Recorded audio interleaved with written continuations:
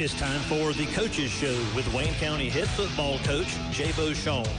Brought to you by David Earl Keefe, your State Farm insurance agent.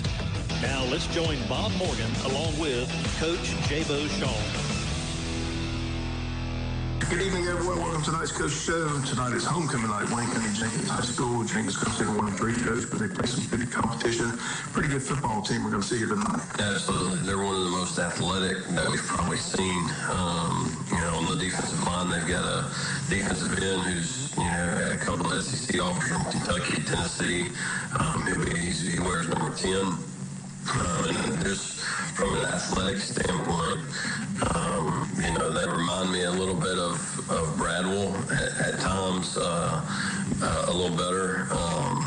But when they get in open space and they get guys the ball, they got guys with real speed and they can run away from you. So, like you mentioned, they played a tough non-region. They just got done playing Carrollton, which is one of the top, probably top 2 or 3 teams in their classification, and playing Benedictine. And then so we've got some good tape. And obviously we were in a dogfight with them last year, and I'm just glad we're in Jaycee. I think that's a huge advantage for us, but got a lot of respect for them and their coaching staff, and they definitely have some good players, and I expect us to come out and be ready to play and be thankful that we're back in Jaycee.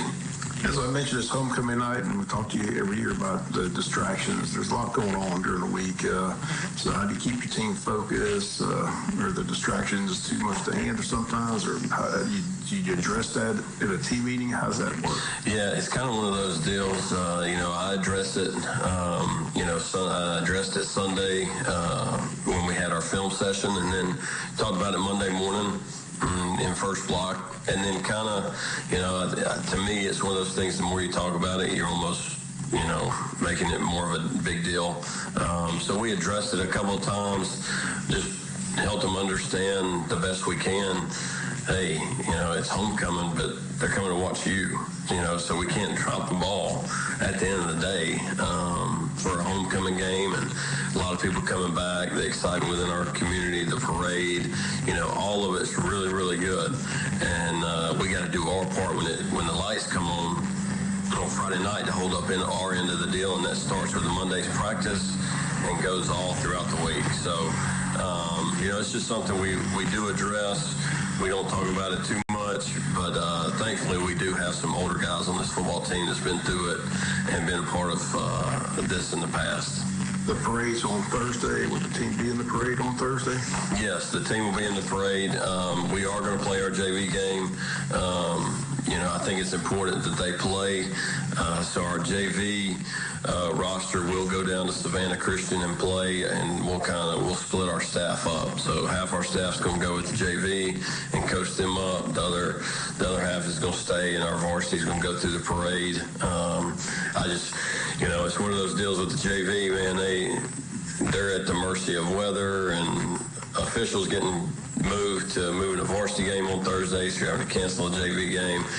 I thought it was important that our guys went and played and got that opportunity. So, but we'll be half of us will be in Savannah and half of us will be in that parade and having a good time with our community. As you mentioned, the good news is this game's at home. You talk about protecting the brand, protecting Jaycee. Kids are really bought into that. You haven't lost since you've been here at Wayne County. I'm sure you want to keep that streak alive. Absolutely. That's something we harp on and talk about and have a lot of pride. I think there's just there's a different, I don't even know the words, aura or, bounce in our step. And it should be that way when you're at home and you're playing in front of your community and your people and your fans, the whole deal. I just think there's something to playing at home and protecting your home stadium. And, I'm certainly glad that we get these guys in our stadium and in our atmosphere. And we need a great crowd, like I know there will be. We need to create a hostile environment, and I'm excited to go watch our guys play. It's Wayne County Jenkins Warriors here tonight at Jaycee Stadium. Again, we'll come back more of the Coaches Show, come back and talk about the big win over Statesboro last Friday night, and we'll do it right after the timeout.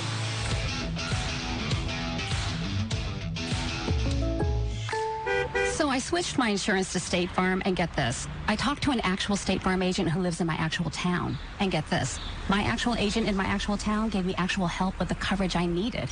And get this. My actual agent in my actual town who gave me actual help actually knows my name. And get this. They actually say it's called service. Call David Earl Keith at 912-427-2019. WIFO-FM, Jesup, the big dog, the sports leader in Southeast Georgia.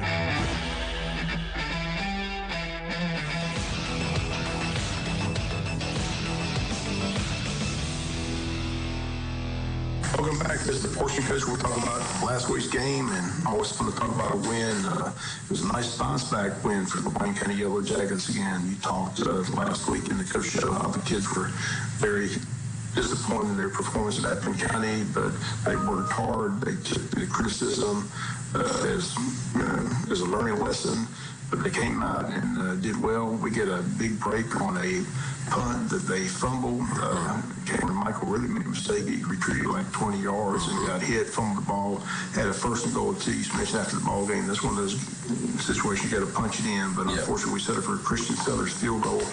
Your thoughts on that opening score? Yeah, I thought to start the game, I thought we did a nice job offensively to get, I think it was 2 first downs, to be able to flip the field and be able to kick Ham hit a big one, and it turned over and worked away from that player. And then we had great coverage by our special teams unit. I think our punt team has been a weapon this year. We've created several turnovers.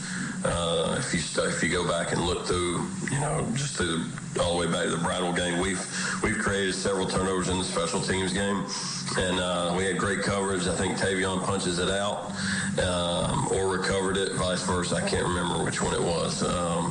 And then we got the ball right there at the 2. I thought he got in on the second goal, but regardless of the situation, I told the guys, they were, Coach, I was in, and I told them on Sunday, well, it's our job, make it. There should be no doubt. The whole body needs to be in the end zone, and we're standing up tall and making sure everybody knows that we scored. We just got to. It was a mixture of seeing a different front and a couple of guys in some new spots due to an injury, but we got to find a way. We got to, especially when that ball's inside the 5. You don't get that. You don't get that on there too often. You got to make sure we get 7 points out of that. But Christian came on, hit the field goal. What I was proud of, there wasn't a bunch of griping and complaining. Everybody knew we let an opportunity slide right there to get 7 points, and but we got the field goal, and then we were able to kind of get back rolling after the defense got the offense the ball back. And we take the early 3-0 lead, but it was short-lived as Cameron Michael on a reverse went 71 yards for a touchdown. They go up 7-3, but our team bounces right back, comes back. John Ross gets you a touchdown run. We're up 17-13 at halftime, and in the second half was the big story of the game. Our defense came out and totally shut them down. Matthew Fuller had 2 touchdown runs. We get out of there 31-13. But your thoughts on how well the team, first of all, bounced back from the disappointing loss to Appleton County? Yeah, I told them on Sunday and really after the game just that I was going to know exactly what type of team that we were going to have. If we could handle some adversity and be able to bounce back, and, how much fight do we have in us, all those things I was going to be able to answer after this Statesboro game. And, I knew going into the Statesboro game that we had a great week of practice. We had to hear a lot of negativity, and, we handled it the right way. We just went back to work and trusted our core values and trusted what we stand on and trusted each other, and was able to take care of business. And then, kind of going back to the game, I told them on Sunday, we tell them the stat all the time. I'm a firm believer in it. Got it from my college coach. And it still stands today. We do the off-season study every year to make sure we stay on top of the trend. But anytime a team blocks a kick, the team who blocks the kick wins the football game 73% of the time. And that's college football to high school football. So if a team blocks a kick, the team, whoever blocked it, wins that football game at least 73% of the time. So we put a huge premium on playing those numbers. And, you know, we blocked two kicks Friday night. So we had the PAT block, and then we got a piece of the punt. If we lay out on the punt, it's probably a scoop and score, but it was a great schematic drawn up by Coach Couch. And we got it blocked and had good field position. But saying all that to say, one of the most proudest I've been since I've been here was when they made it. We fumbled the ball right before half. They went down and scored and made it 17-13. And you can tell, in my opinion, you can tell how much a team cares about each other and how much it really means if you watch the field goal block team after they score a touchdown. If they're griping and complaining and don't even put a hand on the ground to rush, and they're just kind of standing around like, why are we even out here?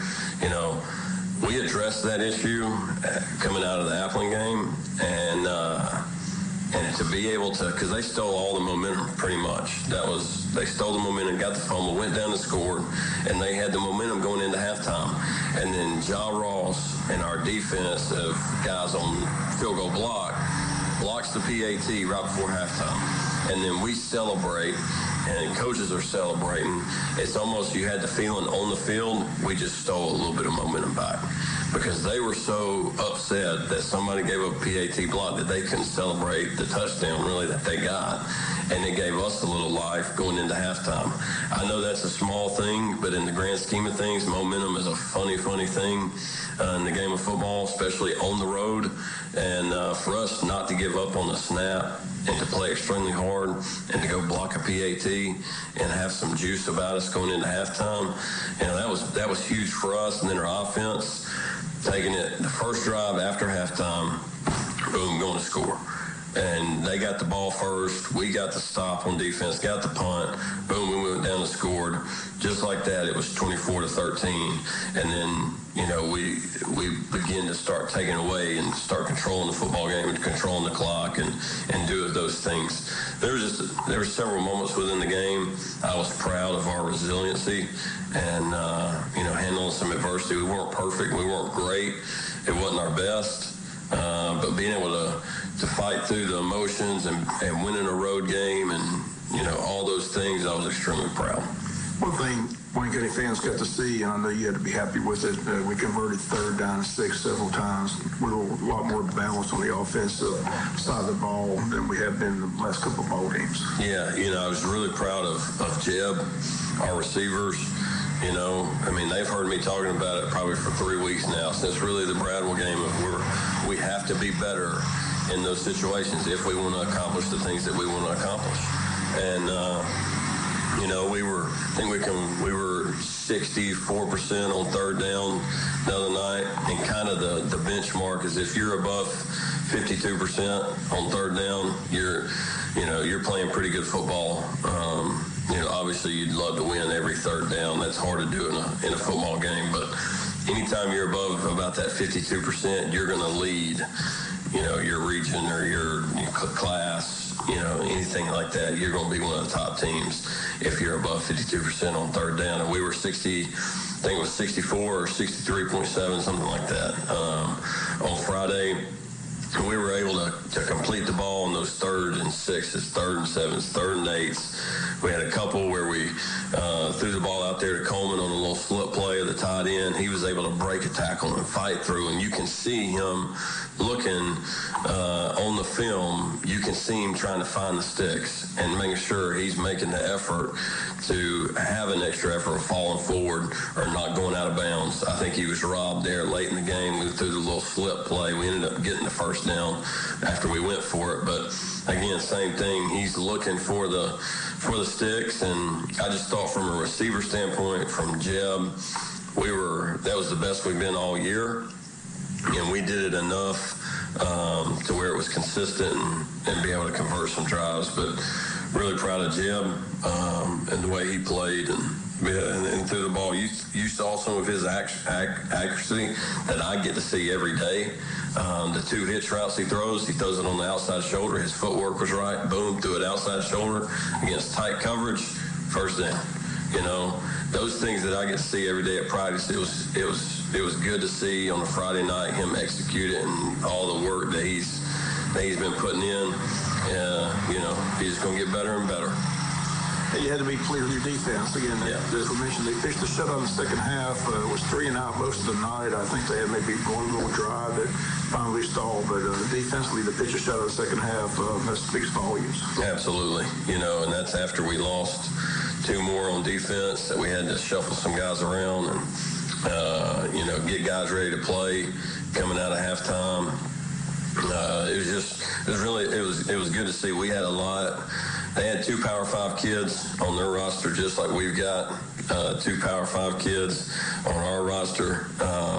And, you know, Cam, that number 1, is one of the best athletes in the country. He's got from Colorado to Georgia to Florida to Alabama, you name it, he's got a scholarship offer there. And for him to not catch one pass past 5 yards, he has been torching people in the past game, running go balls or posts or, you know, he got the reverse with us.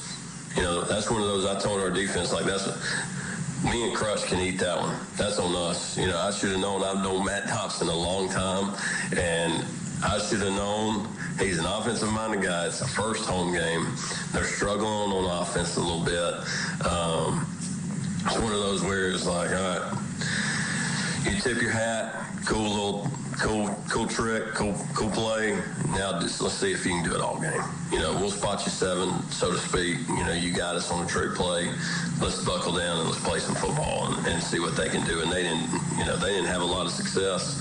And to have that type of athlete, not catch a pass. He dropped a couple, but he didn't catch a pass. We doubled him multiple times. We got some good pass rush on the quarterback.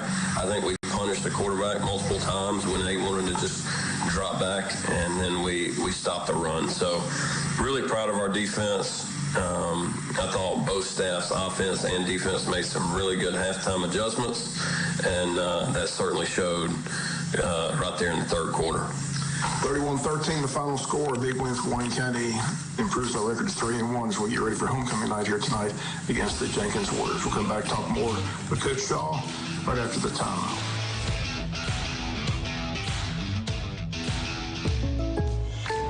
I can't believe I just scratched that card. Find my insurance card. Dude, what do you have in this glove box? Ew, are these socks dirty? Oh, forget about the socks. I need my insurance card. Just pull it up on the State Farm mobile app. But I can do that? Oh, hey, I can do that. Yep, it's called service. I can file a claim on here, too? Yeah, it's called service. Whoa, I can call my agent, too? It's called service. Call David Earl Keith at 912-427-2019. The sports leader in Southeast Georgia.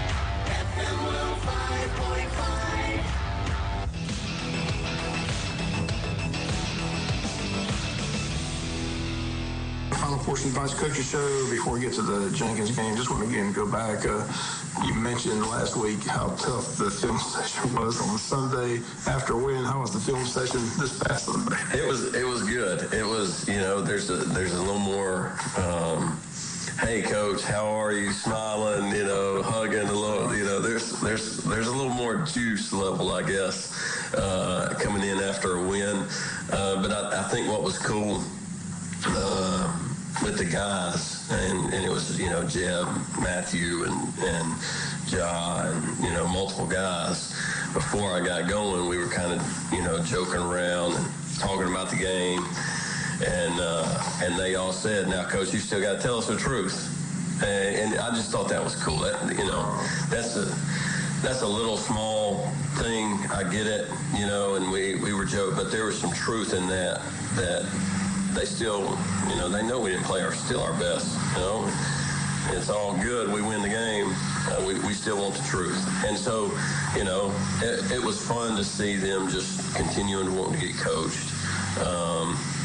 You know, and just be able to them to continue to take, this is something they haven't done in the past, according to them, you know, just being able to come in on a Sunday type. We only keep them for an hour to an hour and 10 minutes, and that's it. And for them to really kind of see it through a coach's lens of see the importance of where your hand placement needs to be and see how it could be different. If my hand is on the left pec and not in the middle of his chest and it needs to be on the left pec, what difference that could make. I think they're buying into it. They're enjoying getting coached, and I think it's paid dividends for us of being able to correct something faster and then move on to the next. We mentioned after the game in Statesboro, I talked about how sometimes kids can't handle criticism these days. A lot of teenage kids, they just don't like to hear it. But, I told you I saw 3-year players that week after I talked to you on that Tuesday, and they told me how, intense that session was and how they appreciate the fact you were just honest with them and told them the truth. And they took it as constructive criticism, which is something you like to see. That's right. And I told them, I'm a firm believer in, I told them, like, look, I was a player once too. I get it. I've been in your shoes before, and I told them, I need to be held accountable just as much as you guys. I wasn't my best. Coach Crutch wasn't his best. None of us were at our best. And, I need to answer the truth myself. And we do that as a coaching staff. When we get in here and we shut the door and it's just us as a staff, there's things we talk about that's, hey, this is the truth of the matter of fact, we got to get it fixed. So I'm in this, my biggest message was, I'm going to tell you the truth and what we got to get fixed, but I also want you to know I'm in the foxhole with you and I'm in the fight with you, and I got to be better. We all got to be better. And we were able to answer that. And we were able to come out and do that week of practice and then go play and then show it against Statesboro. So I thought it was when you look back at this thing, I just believe it'll be a critical moment within this journey of this football team, of what that week brought, and us being able to fight through it and get things corrected. I think we'll look back on this and be like, man, that was a pivotal point within this season that got us in the right direction. You mentioned throughout this season, this non-region schedule is like putting a puzzle together. The pieces of the puzzle are coming together. This is the last non-region game for the region schedule kicks in next week. So your thoughts on what you want to see accomplished here tonight against Jenkins High School?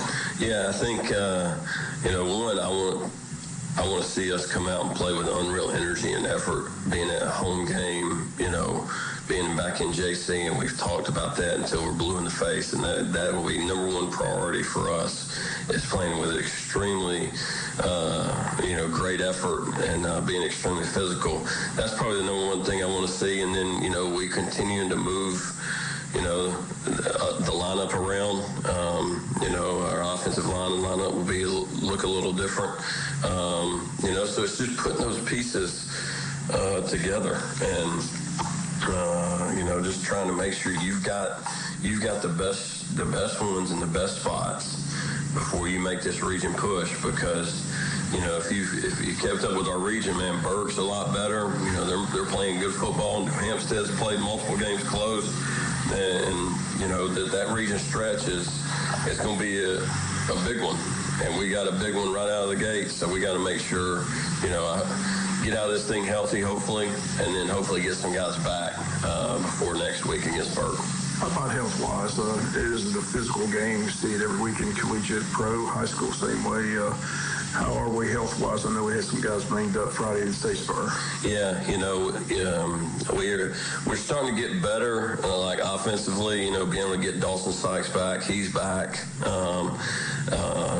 Offensively, we're not as in dire straits, I should say, or, in some tight spots as much as we are on defense.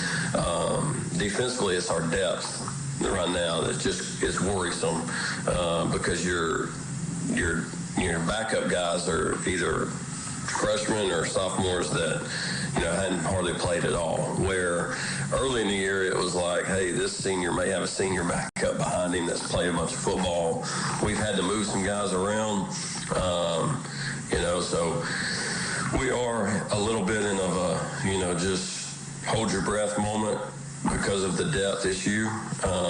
But, I think our guys have done a nice job of guys that we have moved around. Sometimes we're going to play in a different front, probably, at times just because of the depth purpose.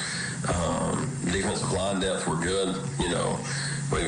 defensive line health, knock on wood, that's probably one of the spots that we're not necessarily thin and worn down, so we may play some different fronts at times just to use that to our advantage, where our depth at outside linebacker and in the secondary is worrisome at times. So that's part of our job. It's part of the game. I hate it for our guys who are injured because I know what they've put in the work since January, and some of us just flat bad luck. I'm telling you, a couple of them, we're at practice and it's a non-contact drill. We ain't even got pads on. It's a helmet practice day of just correction and installing game plan, and we're working on ball drills. Kid jumps up, boom, rolls an ankle when he comes back down. There's just some of those that you just, it's like, man, just some flat bad luck. But we'll continue to work through it. I think the guys have done a good job of guys who are injured are getting treatment. They're doing the things they're needing to do because they know, our plan is to play in late into November and early December, and we're going to need everybody. So we need as many bullets in the chamber, so to speak, as possible. One final note, this doesn't pertain to us necessarily, but the last couple of weeks, the news has been fights breaking out on fields, games being canceled. Sad story in Savannah where a coach got hit upside the head with a helmet. Your thoughts on what's taking place? Why is it so crazy the last couple of weeks? Just sad, I hate it for high school sports. I hate it for, because there's so many good kids and there's so many good coaches, communities, people that care deeply about high school sports. And when this stuff happens, it obviously gives our sport a bad rap a little bit, as it should. But that's, I think it starts, I think if you were to ask any of our guys, they know one of my non-negotiables. You throw a helmet, there's going to be a consequence that you're going to have to pay deeply, and, you're going to put me in that position. They know with me what the non-negotiables are, and I think, I think that comes back to communication and, what you stand for and your relationship with your players from a coach side of things. And it's just sad. I hate to see it because there's so much good and there's so much good going on all over the state with coaches and players. And when stuff like that happens, I think it just gives us a bad rap. I think it's extremely sad and unfortunate. Yeah, hopefully we won't see any of that this season. But again, I just wanted to get your thoughts on that because it's happened the last 2 weeks, back-to-back. The games have been called off early due to some craziness on the field. I just hope that coach is okay. I can't imagine getting hit upside the head with a helmet. Like I said, he had to spend the night in the hospital, so hopefully he's okay. But, Coach, it's always a pleasure here on the Coaches Show. We appreciate your time. Look forward to talking to you after the ball game. Hopefully a big win here on homecoming night against the Warriors, and wish you nothing but the best of luck. Thank you, Bob. Thanks for all you do. Appreciate our community, the support, and, glad we're back out here in Jaycee, and let's go have a great night. Go Jackets. And that's going to do it for tonight's Coaches Show against homecoming night. Wayne County and the Warriors at Jenkins High School. Stay tuned now for the pregame show coming your way next from Jaycee Stadium.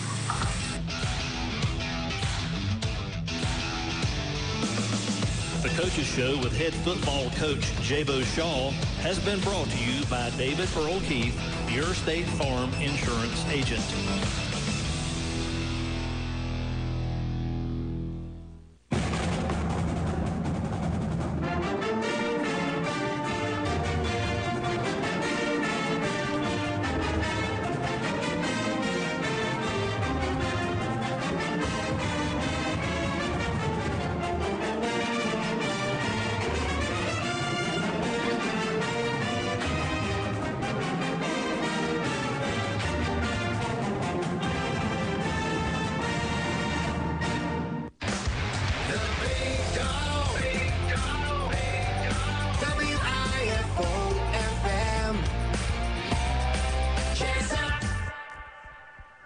Good evening, everyone. It's homecoming night here at Jaycee Stadium. Bob Morgan, Joe Roddy with you. Nice night for football, Joe. Kind of a football weather forecast for tonight's game.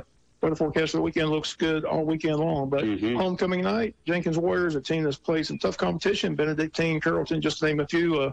Should be a fun ball game here tonight. Yeah, Jenkins is going to, as they always do, Bob, they're going to bring in an athletic squad.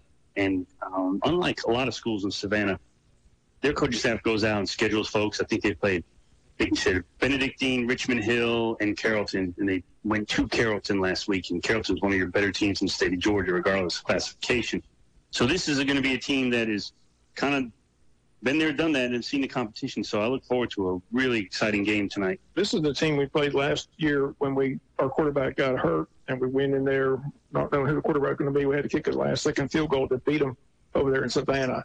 Got a special guest with us up here in the booth. We're going to talk some volleyball with Coach Kayla Hobbs. And Joe, you'll hand her the microphone there, or the headset. And Kayla, appreciate you coming up here and being here on the show. And again, the girls volleyball team has had a busy week this week. Games Monday, Tuesday, Wednesday, Thursday, and today you have off. It's homecoming night. But your thoughts on how the team's doing and how the season's gone so far?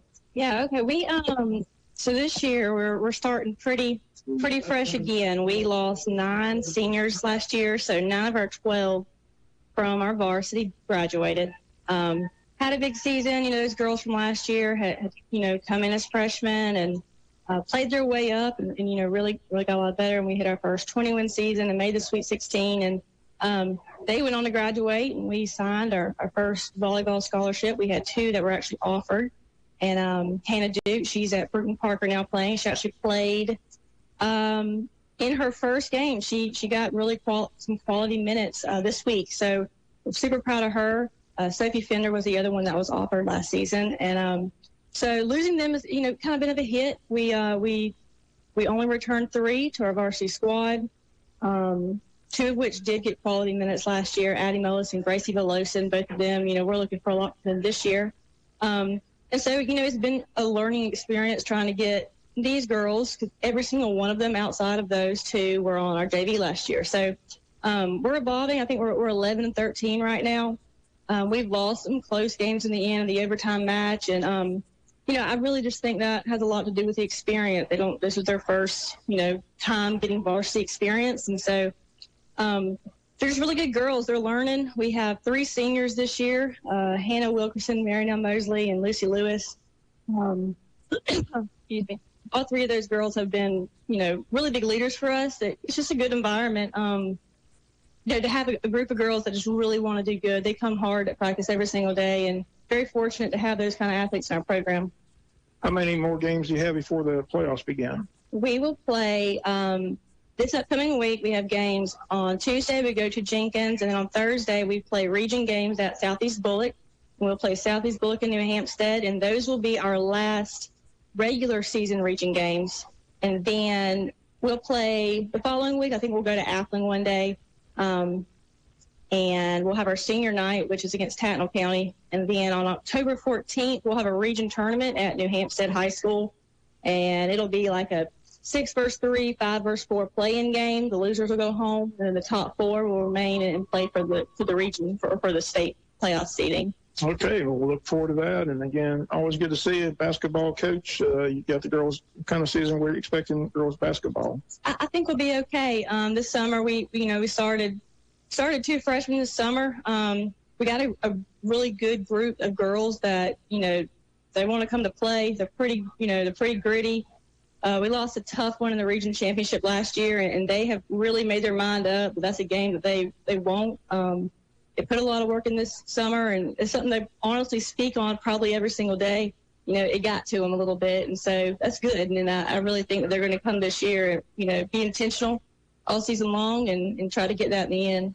Okay, Coach. Appreciate you being here on the pregame show. Enjoy the game and getting insight on who's going to win homecoming. Oh, I do not. I put you on the spot here. Yeah, man. I mean, you're at the high school, so I thought you might have some insight. All those kids talk, But no homecoming insight. Okay, we appreciate you being here on the pregame show. Again, that's head volleyball coach, head girls basketball coach, Kayla Hobbs. We'll take a break, come back with more of the pregame show from Jaycee Stadium, and we'll do it right after the timeout. Sometimes things happen in life that can knock you off course for a while. It happens to all of us at some point. Even the most careful plans can get tipped over when you least expect it. If this is you right now, Altamaha Federal Credit Union is here to help you get back on your feet with a Lifesaver loan. Need a few $100s to get you through a tough spot? We got you. Don't sink into the payday loan cycle. Let AFCU throw you a lower interest lifeline so you can keep your head above water. Contingent upon approved credit. Altamaha Federal Credit Union is insured by NCUA and is an equal housing lender. The Chop House Grill and Bar in downtown Jesup offers a cozy, laid-back atmosphere with daily food and drink specials as well as live entertainment every Thursday and Friday nights. The Chop House Grill and Bar has all of your favorites, from their hand-tossed pizza cooked in their authentic brick oven to their Chop House burgers and steaks. And with their family-friendly environment, there is something for everyone. And they have specials every day from 3 to 5. The Chop House Grill and Bar offers dine-in and takeout options. Located at 155 West Cherry Street in downtown Jesup. Open 11 a.m. to 10 p.m. Monday through Thursday, 11 to 11 Friday and Saturday, and 12 to 9 Sundays. Come chop it up with us at the Chop House in downtown Jesup.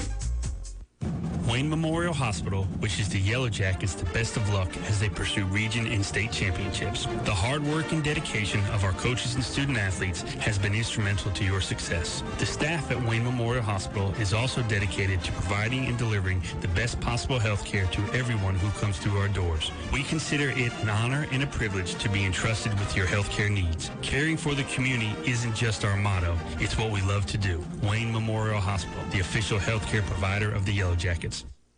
Time out. Are you looking for a new home? Come huddle up at Clayton Homes of Hinesville, proud supporter of Southeast Georgia football. You won't believe these game-changing deals with energy-efficient appliances, modern kitchens, walk-in closets, and more. These homes are MVP worthy. Clayton consultants are always standing by to answer questions and help you find the home of your dreams. Don't fumble this amazing chance. Come visit Clayton Homes of Hinesville on 1207 Oglethorpe Highway and find your dream home today. The Big Dog. Big Dog. Big Dog. WIFO-FM. Jesup. Welcome back. It's homecoming night, and the contestants are driving around the track, and the crowd is taking a bunch of pictures, but there's some very pretty girls and some very pretty cars, escorts. This is the homecoming contestants and their escorts tonight. Maddie Joy Blizzard, escorted by Grayson Spell. Veda Bowen, escorted by Rhett Ammons. Macy Carey, escorted by Garrison Grantham. Anthony Davis, escorted by Andy Peel. Tori Davis, escorted by Chase Davis. Reese Dean, escorted by Carson Shaver. Ava Edenfield, escorted by Elliott Wilson. Natalie Hendricks, escorted by Palmer Lamb. Morgan Humphrey, escorted by Corey Best. Charlie May, escorted by Court May. Ayla Robertson, escorted by Richard Pittman. Riley Rush, escorted by Nick Beasley. Gracie Townsend, escorted by Tyler Walling. Petey Tower, escorted by Josh Campbell. Jocelyn Westbury, escorted by Nate Anderson. And Zariah Wingard, escorted by Elder McGill. We'll have the announcement of the Queen Her Court here tonight during the broadcast, so you won't miss that. And that's always a fun time, Joe. Homecoming, kind of early this year, right before the region schedule, but it's been a fun week. I understand talking to some of the parents of the kids involved. They've had parties every night this week with different themes, and the parade went on without a hitch. Thankfully, the weatherman cooperated. Yeah. Looked like it was going to be a torrential rain storm, but fortunately the wind took the rain the other way, and they got the parade in and able to see that yesterday afternoon. And like I said, the band was in it, the ROTC, and all the contestants and the escorts, and just a lot of fun downtown Jesup. I'll tell you, the place to be was right there by the bistro. They were giving out free pizza. That was nice. Yeah, that's a nice. First time that's ever happened, down there watching the parade, and they walk up and say, "Want some free pizza?" That was nice. Oh, nice, giving free pizza out during the parade. But again, Wayne County Jenkins High School, I'm with you. This Jenkins team's kind of a mystery to me to come in because they played such good competition. I mean, they played a BC, which we're going to see in a couple weeks. They played Carrollton, which is one of the best teams in 7A. They played Richmond Hill, a 7A opponent. So they played some tough non-region schedule, just like we're playing a tough non-region schedule. I talked to J-Bo before the ball game. I said the puzzle's still being put together. I mean, we're getting ready for that region schedule and a big test next week at Berg. But this will be a big test here tonight against a very talented team with a lot of good athletes. just watching them warm up, you can tell they got some speed. There's no doubt about it, Bob. You could see the athleticism when they're going through warm-ups and running plays. I mean, you can absolutely see it, and you can see that, you know, we're going to have to deal with an athletic bunch that, again, has played top-tier competition. So, I mean, that's, to me, more than the athleticism. The fact that they played top-tier competition makes them even more dangerous. And Wayne's just looking to build on last week's win at Statesboro. The offense got on track a little bit, able to throw the ball downfield, several third down sixes, third down sevens converted by Jeff Craven and the receivers. They're trying to build on that. Looking at the stats today by Georgia High School Association, Matthew Fuller still in the top 10 rushing the state. Right now he's listed at the number 7 spot. Had another big week last week at Statesboro. And that's how this train rolls in Wayne County. You get Matthew Fuller 0 going, right. Everything seems to fall in place. He didn't get on track in Appleton County, and the result was we didn't win that ball game. But every other game, he's been able to be a factor in the ball game. And I said that's how that running game goes. It goes as number 0 goes. If number 0 is rolling, Wayne County seems to be rolling. But defense, I just got to tip my cap to them from last week's performance to come out and pitch a shutout against Statesboro. Statesboro has some great athletes. Cameron Michaels going to a major Division I school next year. He had that 71-yard reverse touchdown, but and being able to come out and shut them down in the second half, I thought was a big test and a nice feather in the cap for the Wayne County defense, which continues to get better and better each and every game. And it's Wayne County and the Warriors at Jenkins High School here at Jaycee Stadium. It's homecoming night at the stadium. Come join us. We'll be back with more after the timeout.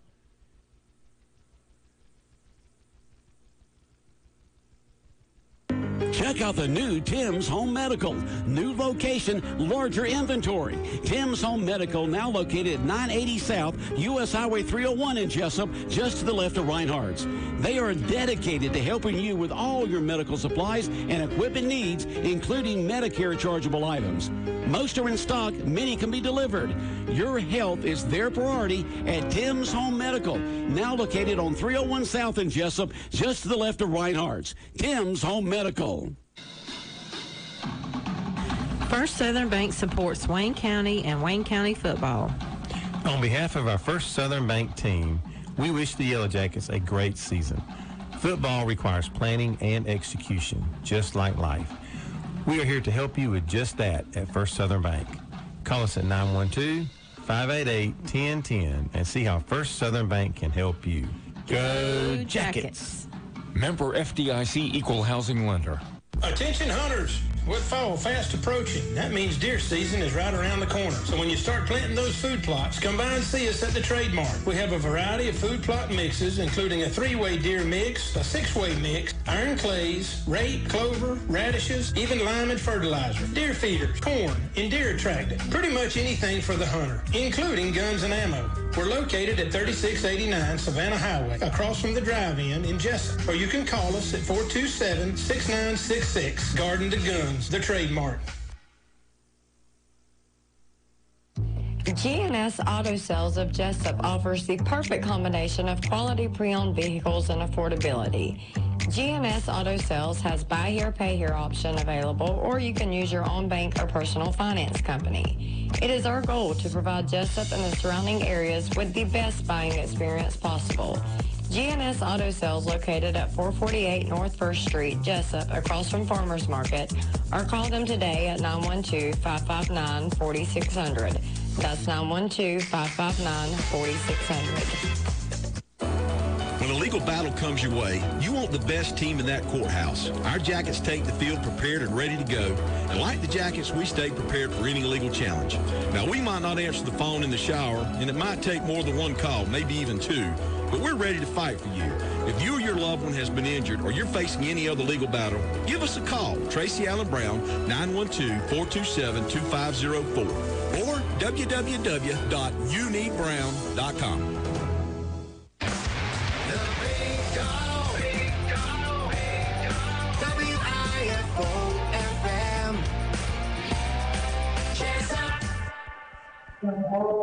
Wayne County and the Warriors at Jenkins High School tonight on homecoming night. It's a busy weekend of football, college football. We got a full slate for you tomorrow. Georgia Tech, Wake Forest on AM 1370.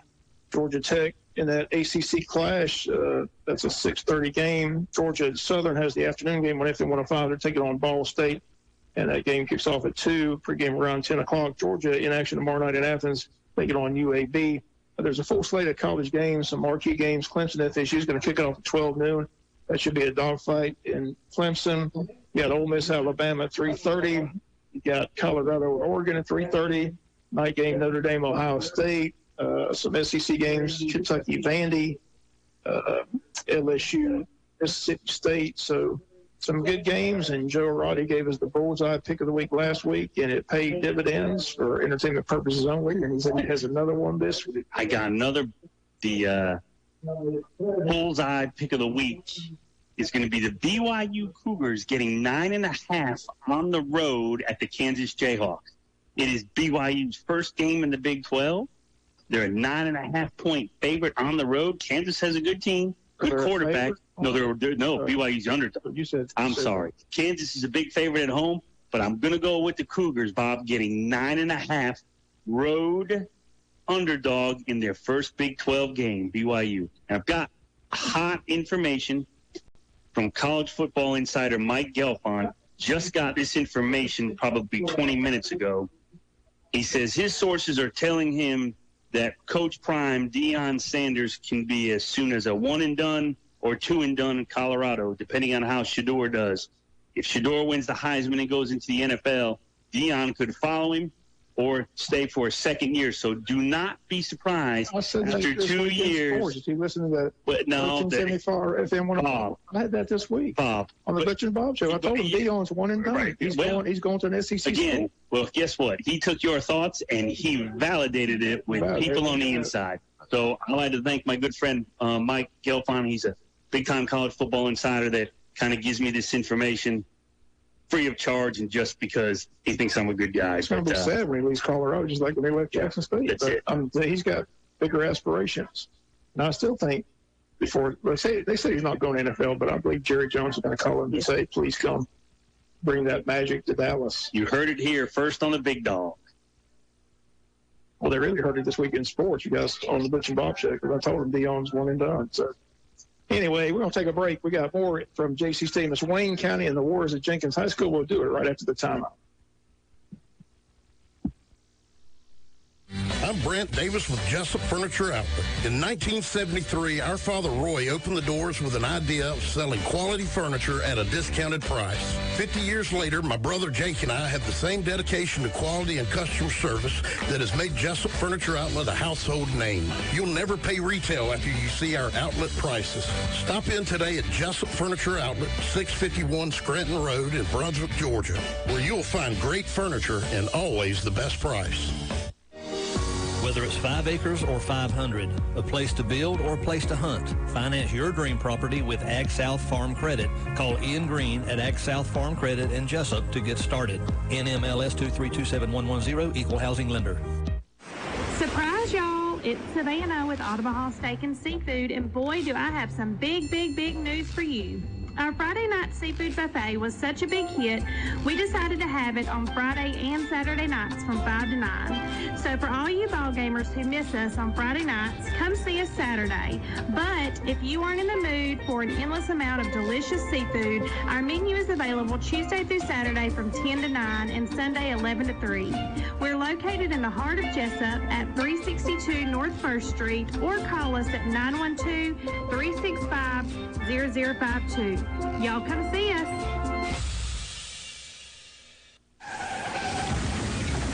Gotten a wreck, fender bender, or just sideswipe that yellow pull at Walmart? Lightsey's Body Shop can fix it. Your car, your choice of body shop. Check out our Google reviews and our new website. We at Lightsey Body Shop are proud to announce our new location, 98 Doctortown Road in Jesup. That's 98 Doctortown Road in Jesup, across from the Shellmart. We have rentals available for our collision customers. Call us today at 912-385-6193. That's 912-385-6193, where we make it look like it never happened. Lightsey's Body Shop.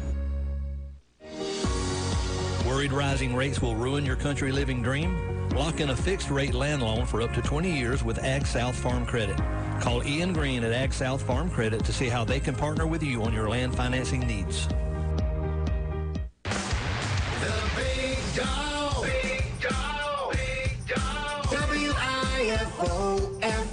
a.m. Jesup. Homecoming night here at Jaycee Stadium. It's Wayne County in the words of Jenkins High School. It's hard to believe, Joe. This is game 5 already of the season. Season half over after tonight. The region schedule kicks in next week, non-region schedule. You play that tough non-region schedule. I think it's been a good non-region schedule, just like it was last year. We're right where we were last year coming into this ball game, but the record of 3 wins, 1 loss. The only difference between last year and this year is, like I said, we lost that game on the road to Brooks County last year and beat Appleton at home. This year we beat Brooks at home and lost to Appleton on the road. But the record's still the same, but it's a totally different team, still progressing, still trying to get better. I mean, they've been nicked up a little bit. Luckily, Dawson Sykes comes back tonight. We didn't have him last week. That's a big boost to the offensive line. But your thoughts on where we are one game before region play, your thoughts on this overall football team? Bob, I think we really haven't played our best football. I think there's a lot of room for improvement in a lot of ways, and I think we will continue to get better as the season goes along. Obviously, we did that last year. I guarantee you if we'd have played Brooks County in game 6 or 7, we wouldn't have lost. So with that being said, I think, again, our best football is yet to be played, and I look for us to continue to get better and better. We're going to need to get a little bit better, a little more consistent, Bob, on offense before we make that trip for the region opener to Berks County. That's a big one right off the hop. Well, I'm like you. This team has a lot of improvement still to do. Last week we saw the progression in the passing game, something we hadn't seen. We talked about it every game. They need to throw the ball downfield, have some completions, some success. They were able to do that last week. I thought the quarterback, young sophomore Jeff Craven, did a good job. He looked poised out there. He was in control. Looked like he went through his reach pretty good. Still some drops, still some mistiming on, but that's where it can get better. I mean, there's potential in that passing game to really be a big-time offense. If that starts clicking along this running game, that's what you want to see come playoff time or down the stretch during these key region ball games, is success in that passing game and receivers making good catches and getting yards after the catch. But I'm like you, there's a lot of room for improvement, and I'm sure the coaching staff sees that as well. Yeah, I mean, there's no doubt, Bob. And look, we know what we have in our coaching staff. We know that our teams are going to get better and better and better. We know that. I mean, we saw that firsthand last year. I think, it's like Coach Shaw said, it's not one you want to lose, but it's a non-region game. Okay, everything's in front of you. Region home playoff game, region championship, playing, Thanksgiving weekend and beyond. So all that's still in front of you. And I think tonight is another tune-up to get ready, because next week, it starts. But one area where this team's really improved this year, they brought in this new special teams coach, Ross Couch. And right now, up to this point, the special teams have played extremely well. The punting by Hampton McElwain's been phenomenal. The kicking game by Sellers, he's shown what kind of leg he's got. They're just doing a great job when the punt coverage and punt return, all the coverage teams, yes. Yeah, I mean, special teams play has been pretty sharp right out the gate. So, again, that was a big acquisition that Coach Jay Beauchamp when I got Ross Couch. He's done a great job. Special teams coach, and the special teams play has been very, very good. We'll take another break. Got about 6 minutes left till the kick here tonight at Jaycee Stadium. It's homecoming night, Wayne County and the Warriors of Jenkins High School. We'll be back with more from Jaycee Stadium, and we'll do it right after the timeout. You've heard about the sweet smell of success. In our towns, it's everywhere. The smell of coffee brewing in cafes, barbecue being served hot, and the whiff of sawdust from businesses being built. Our community success depends on yours. That's why Prime South Bank is now a local SBA lender with flexible terms and features for those who eat, drink, and breathe business ownership. Go to primesouth.com/SBA. Member FDIC, Equal Housing Lender. Overholt Construction is a full-service commercial construction company in both renovations and new construction. Integrity and quality are important to Overholt. They want your construction project to be a positive experience with a completed building you can be proud of. Visit their website to see a gallery of their completed projects. Overholt Construction, General Contractors, 1451 South 1st Street, Jesup. Building a home or business with 27 mixers and 8 locations in Southeast Georgia to serve you, Mobile Concrete has just what you need to ensure you have a rock-solid foundation. No job is too big or too small for Mobile Concrete. Mobile Concrete supplies ready mixed concrete for all residential and commercial jobs. All Mobile Concrete plants are GDOT certified with Georgia DOT certified dispatchers at each plant location. Mobile Concrete now has locations in Allenhurst, Baxley, Brunswick, Darien, Glenville, Hazlehurst, Jesup, and Nahana. Mobile Concrete has you covered. They can also handle all your sand and gravel needs. Call today, 912-427-2330. Mobile Concrete says go Wayne County.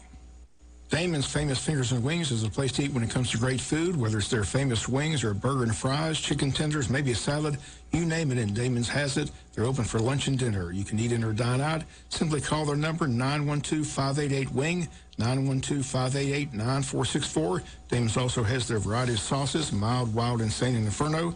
That's Damon's Famous Fingers and Wings in Jesup. When it comes to dining out, let there be no doubt. Damon's Famous Fingers and Wings in Jesup just can't be beat. Located at 334 West Cherry Street in Jesup, Damon's Restaurant says go Wayne County. For all your medication needs, call or come see the friendly professional staff at Jones Prescription Shop. We're conveniently located next to Wayne Memorial Hospital at 101 Peachtree Street. We have a drive-through and offer free delivery. Jones Prescription Shop is locally owned and has been proudly serving Wayne and surrounding counties since 1985. We accept most insurance plans and have competitive prices for those uninsured. We would love to serve you.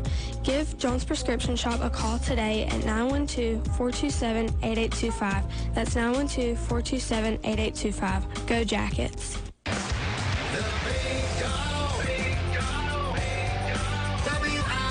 WIFO-FM. Jesup. Welcome back. Team captains making their way to the field for the coin toss. Matthew Fuller, Eric Hodges, Antonio Reese, Jeff Craven. Again, you're glad you're with us on the Big Dog 105.5 on the World Wide Web. The World Wide Web is going to Canada tonight. Is that correct? That is correct. Sandy and Zach Gorson, former Mayor David O'Keefe are in Saskatchewan, Canada. Saskatchewan. Have no idea where that's at. It's in Canada. 2 hours behind us. So they're 2 hours. And I understand they're laying in a field somewhere? They're in a field hunting or something, hunting geese or something. I don't know. Shooting geese or... I got the picture Earl sent. It's beautiful out there. It's beautiful out there. I just want to appreciate them tuning in, but they're tuned in on the World Wide Web. And international tonight, Bob. Saskatchewan. All over North America. We just need someone to call us in from Mexico. Wayne County team making their way. They're going to wear their black jerseys, white pants, gold helmets. Pride is up. Did you know that with the uniform, helmets, and pants, we have 12 different combinations that can be worn, and we have not worn the same combination yet, and we're in Game 5. I thought that was interesting. Learned that tonight. That's good. High school band down on the field. Again, they played the national anthem. They played the fight song. Pretty good crowd here for homecoming. This place is packed because all the homecoming contestants, everybody on the edge of their seat. Who's going to be the homecoming queen crowned tonight during the halftime ceremonies? And we'll have it all for you here live on Big Dog Country FM 105.5. Got time for another break. We'll take one, come back with the kickoff. It's Wayne County and the Warriors at Jenkins High School for homecoming. Back with the kickoff after this timeout. As a busy wife and mother, I'm all about convenience. If it can make my life a little easier or save me time, well, it's hard to put a price on that. That's one of the things I love most about Georgia Farm Bureau Insurance. I can get everything I need. Auto, home, life, even banking all in one place. Throw in a local agent who's always there for me, and that's why I choose Georgia Farm Bureau. Always the home team. Georgia Farm Bureau Insurance. Visit us online at gfbinsurance.com. You see them all over our area. The Hendricks hauling trucks, hauling everything from dirt, rock, sand, and asphalt. But Hendricks Hauling does so much more. They do land clearing, site prep, pond digging, road building, and more. Call them for a free estimate. Hendricks Hauling is always hiring. Licensed and insured. Family owned and operated since 1951. Check with Hendricks Hauling to find out about all their services. Hendricks Hauling, 3600 Rainier Road in Jesup. Give them a call at 912-427-6395. That's 427-6395. Sheriff Chuck Mosley and his staff want to wish the Wayne County Yellow Jackets the best of luck this season. Hope they can bring back that state championship trophy. Sheriff Mosley has made a commitment to battle the drug dealers in Wayne County, and he and his team have joined forces with the Jesup PD for a joint task force in the war against drugs in Wayne County. The department needs and wants your help. If you know or see any illegal drug activity, Sheriff Chuck Mosley encourages you to simply call the Sheriff's Department at 427-5970 or the Jesup PD at 427-1300. Sheriff Mosley asks that everyone do their part in helping fight the drugs in Wayne County. Sheriff Mosley again, wishing the Wayne County Yellow Jackets the best of luck this season. If you need a mattress, come see us today. A Magic Mattress, you need home furniture. We're on the way. Magic Mattress, come on down to Magic Mattress. Stop on by or call us today. 256-REST, 256-7378. For a comfortable mattress and quality furniture, shop Magic Mattress and Home Furniture, 114 Allison Street, Jesup, across from AT&T near Walmart. Magic Mattress and Home Furniture, Jesup. The Big Dog. Big Dog. Big Dog. WIFO-FM. Jesup. We're set for kickoff. Wayne County won the toss, elected to defer, so they're going to kick it to the Warriors. Wayne County going from right to left. Warriors going from left to right. Christian Sellers, the junior kicker, has it teed up at the 40. And Wayne County has seen this kid kick it into the end zone many, many times. He's been a big weapon on this kickoff. Always nice to make him go the distance. If you can kick it in the end zone, Joe. Yeah, no doubt about it.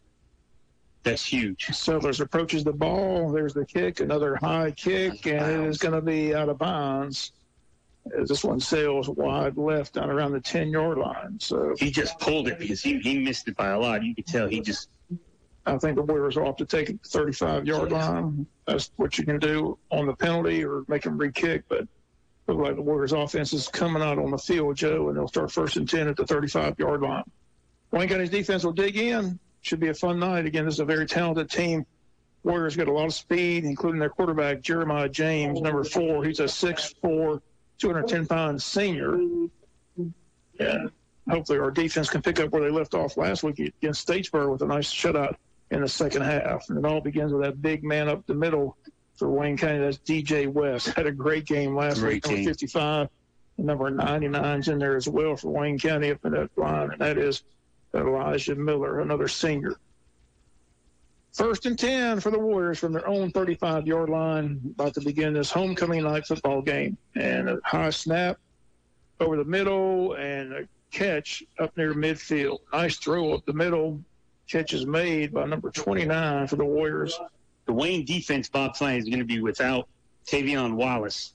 Tavion suffered a concussion in last week's game, Bob, and he is out for tonight's game. So Griffin Phelps, who's kind of played a bunch of different positions for the Yellow Jackets, is going to slide into that Viper position at linebacker. Joe Polite with the reception. It's 1st and 10. 4 receivers in the formation. James' first pass is good for a first down. This pass or snap is high again, and now James has to run and gets across midfield and picks up a couple yards down to the 48-yard line. Good job by James. It was a high snap over his head. He had to retrieve it. He was able to pick it up and still get a couple yards. But it looked like he made he's just going over to get the play. I thought he got banged up. He's going over to just get the play from the coach and then bring it in from the sideline. You're right, Bob. He did a great job in making sure to catch that football because that could easily have been a 5-yard loss. Both snaps have been high. The first one he was able to control pretty good, but that second one got over his head. So we'll watch that throughout this ball game. Same formation, twins right, twins left. Lone set back by the quarterback, James, and we've got a flag. And what's this? Looks like this comes down to the quit.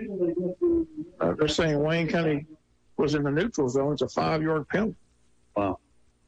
I didn't see that. So it takes it down to the 43-yard line. Still 2nd down and 3. 2nd down and 3 for the Warriors against this Wayne County defense. Again, the Warriors are in a white uniform with red pants and red numbers on their jerseys, white helmets with red. Like Nebraska. Another high snap. Fumbled again. Wayne County comes in. Again, James able to escape. But this time, Wayne County hits him for Matthew Fuller. Right back at the original line, 48-yard line. Jones did a great job, Bob, of being able to kind of take that high snap and somehow be able to bring it, get it down, and try to do something. 3 out of the 4 snaps have been over the quarterback's head, Joe. We've got a new he came out. Jones came out. No, he's just over there getting the play from the sidelines. That's what he's running and getting over the play. This is Jeremiah James, the quarterback, number 4. There must have been a Wildcat last play. 3rd down and 6 is the call. James, the QB, this time 3 receivers to the left, another high snap. James rolling to the right, now just going to run, and Wayne County trips him up. He's going to be shy of the first down marker. Good job by Jaw Ross to trip him up. Got his ankle and tripped him up. Again, the snaps every time seem to be over the quarterback's head. So they got an issue with their center right now. It's 4th and 2, but they're going to go for it here. The ball down at the 42-yard line. They got to get to the 40 for a first down. They're going to go for it. Great job by Ja Ross, Bob, to trip him up. This time they're going to get under center. 4th down and 2. They get to the tailback, and he pushes ahead for the first down inside the 40 down to the 38-yard line. Nice run by number 9. That is Brandon Baxter. Baxter gets the 1st and 10. Baxter is a junior, 5'11", 215. 1st and 10 for the Warriors at Wayne County's 42-yard line. Again, under center, going to just run the ball this time and breaks a tackle again and gets inside the 35 down to the 33-yard line. So the Warriors have decided, forget the snap over the quarterback's head. We're just going to hurry up. We're just going to get under center, and with that big offensive line, try to push our defensive line backwards. Got 6 on that play, 2nd down and 4. Another running play, trying to bounce to the outside. This time, Wayne County wraps him up, but he gets to the 30, and it'll be 1 yard shy of a first down. It'll be 3rd down and 1. Clock running 8:18, opening frame, no score. Wayne County and the Warriors at Jenkins High School. It's a big offensive line for the Warriors, Joe. That's a big beef up front. Just big offensive line to get off the ball really good. 3rd and 1. The ball is at 30. They got to get to the 29 for the first down. Again, quarterback under center, a full house backfield. They get to the tailback. He goes left side. He picks up the first down inside the 30 down to the 29-yard line. That's good enough for the 1st and 10 for the Warriors. So the Warriors are moving this football. They've changed strategies. They were in the shotgun early, but the high snaps over the spinners or over the quarterback's head decide they get under center, and with a full house backfield, 3 backs behind the quarterback, Jeremiah James, and that big offensive line. And right now they're winning the battle, the line of scrimmage. 1st and 10, the ball at the 28-yard line of Wayne County. Warriors 28 yards away from pay dirt. 1st down and 10.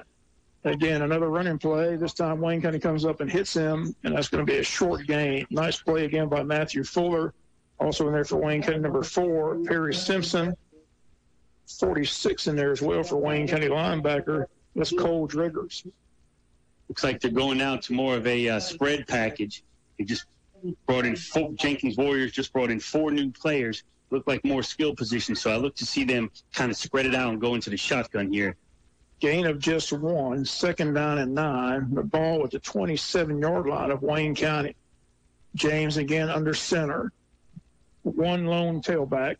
They're going to run a sweep, and they're going to be a flag. He's not going to get much yardage, maybe to back the original line of scrimmage, but there's a flag in the backfield, and they're calling holding on the Warriors. Great job by the Yellow Jacket defense, Bob. Number 26, Jalen Jones from his safety position, and number 4, Perry Simpson. Really did a good job of allowing that runner to get nowhere, and we'll see what this is going to do. This is going to put the Warriors probably second and about 18. Yeah, it's a holding call against Jenkins High School. That'll push the ball back all the way to the 37-yard line of Wayne County. It'll be 2nd down and 19. Clock runs 6.5 minutes. First quarter's winding down quickly here. Warriors have had the ball from the opening kick. And right now they face a long 2nd down and 19. Do they go back to shotgun, or they stay in that stacked house formation? Now they're going to go back to the shotgun and see if the center can get it to the quarterback without snapping it over his head. But now we got a whistle and a timeout. I do believe. Open another penalty flag. We're saying offsides again? Nope. Another penalty on the Warriors. Not sure what that penalty was. Delay of game. Okay. Delay of game. 5-yard penalty pushes the ball all the way back to the 43-yard line. So they're moving in the wrong direction. And that'll bring up 2nd down and 26. Second down and 26 from the 42-yard line of Wayne County. 6 minutes and counting in the opening quarter. Jeremiah James goes back to a shotgun. There's the snap. It's a good snap. There's another flag. It's a sweep by the tailback. He gets inside the 30 to the 29, but there are 2 flags on the play, and I believe this is coming back. This is going to go against the Warriors as well. So they're killing their drive here with the penalties. Good news for Wayne County. Those flags came out quickly. And right now, they're probably deciding which penalty to take. I think there's 2 flags, both against the Warriors, and Coach Shaw's going to decide which one he wants to take. Or doesn't take any. Right. He could face up 3rd and 20. Well, the play will put the ball probably about the 10. Illegal procedure, they are going to decline it, but a holding call, they are going to accept. So this will make it... Second down and 36. Yep. And the reason the ball's all the way back to cross midfield to the 48-yard line of the Warriors. Wow. They lost 35 yards in penalties on the last 3 plays. Yeah. And the Jackets, could have, if they declined the penalty, it would have been 3rd and 8. Well, they declined one penalty. Right. They declined the illegal procedure penalty, but they took the holding. Right, but if they declined both of them, it would have been 3rd and 8, and that's not what you want to do. You want to back them up.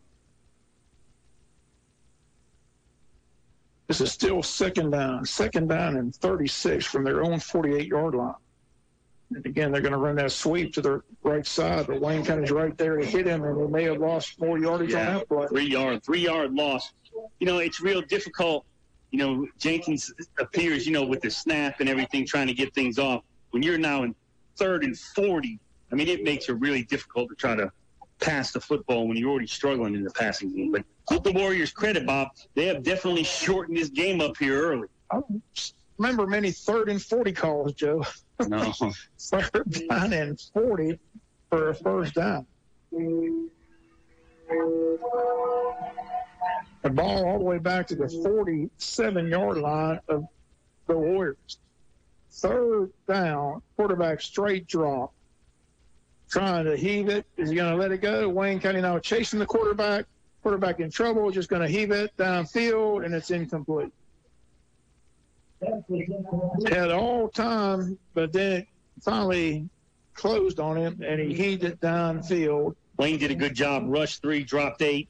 And Ja Ross did a good job of rushing the passer and pinning him in the sideline where he had to make a decision. So a lot of time spent, but nothing for the Warriors. 4:22 is all that's left on that clock in the first quarter. 7 minutes and 38 seconds. Wayne's finally going to get the ball here on offense after this punt return. Will Green stands at the 20-yard line. The punter stands at the 35-yard line of the Warriors. So after all those penalties, all that yardage, again, they come up empty and finally forced to punt the ball to Wayne County. Good snap. Good kick. Will Green going to field it at the 15. Gets to the 20. Got a flag, 25. They catch him from behind at the 30-yard line. The question is, what is the flag? Are they going to call a holding call on Wayne County back there? Probably. Either that or a block in the back. Number 21 was back there, Jarvis Fillmore, and the flag came out. So I think this is going against Wayne County. Will Green with a nice return of about 10 yards, but I think it's been another. So 37-yard punt, but the question is, where's the ball going to be after the penalty? This penalty definitely going against Wayne County. Yeah. So they're working it off. And depending where it is, Bob, it's going to be half the distance. It'll go inside the 10, up to 8-yard line. Wayne's going to start 1st and 10 at their own 8. Wayne's going to line up in a 3-wide receiver, 1 tight end formation here. Costly penalty to start first possession inside the 10 at the 8-yard line. Quarterback Jeb Craven with Matthew Fuller standing to his left. 3 receivers to the left, 1 receiver to the right. Now they're going to put the other receiver, Coleman Palmer, to that side as well. So all 4 receivers on the left side. Fuller's going to the right side, gets around the corner. Look out. There he goes. He's at the 30, and they tackle him there. Nice run by Matthew Fuller. Gets us out of the hole. 1st and 10, Wayne County. It's a first Southern Bank first down. Nothing but a numbers game. 3 wide receivers to the left, 1 to the right. Coleman Palmer came in motion back left. Everybody went with him. And it was just Fuller and the defensive end, Bob, and he just ran right by him. First Southern Bank first down on the first play of the game for Wayne County. Matthew Fuller, again, takes it all the way to the 30-yard line. A 22-yard pickup for Matthew Fuller. Same formation for Wayne County. First down and 10. Jeb Craven going to throw it out here to Will Green. Green's got it and takes it straight to the field. 40, 45, 50, 45, 40. Can they catch him? 20, 10. Touchdown, Will Green. Oh, how sweet it is.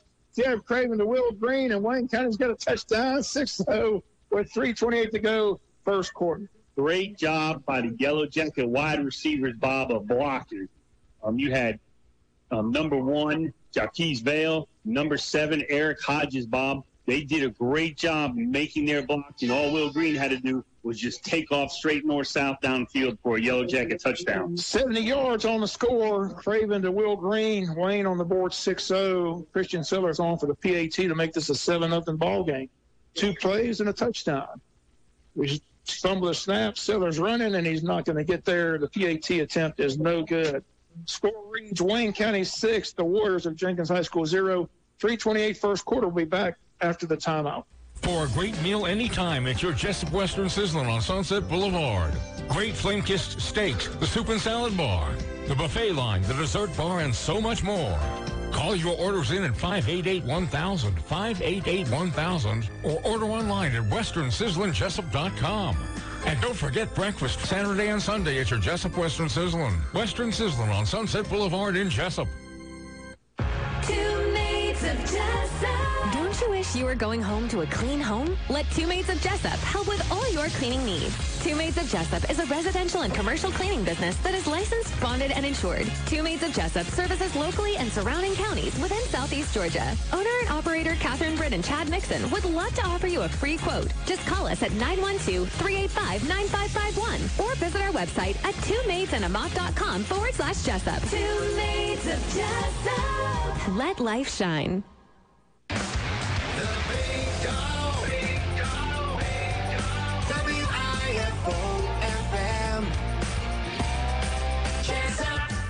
Hell of a time.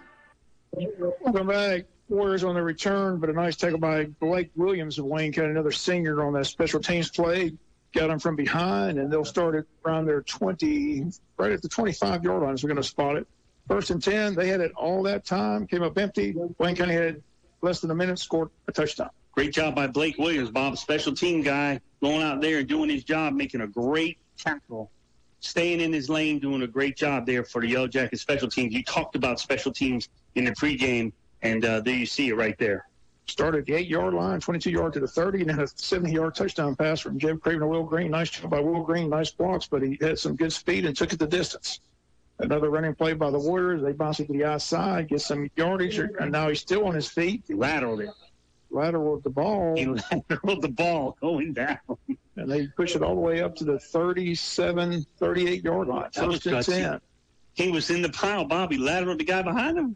Hey, it made it a first down, but that is gutsy play. We're under 3 minutes of the first quarter already. It's homecoming night. Again, we'll have the announcement of the homecoming queen in her court right here on Big Dog 105.5 on the World Wide Web at halftime. Right now, it's first quarter action. Wayne County 6, Warriors 0. Another running play by the Warriors, another big hole up the middle, another nice run all the way across the 40 to the 41-yard line.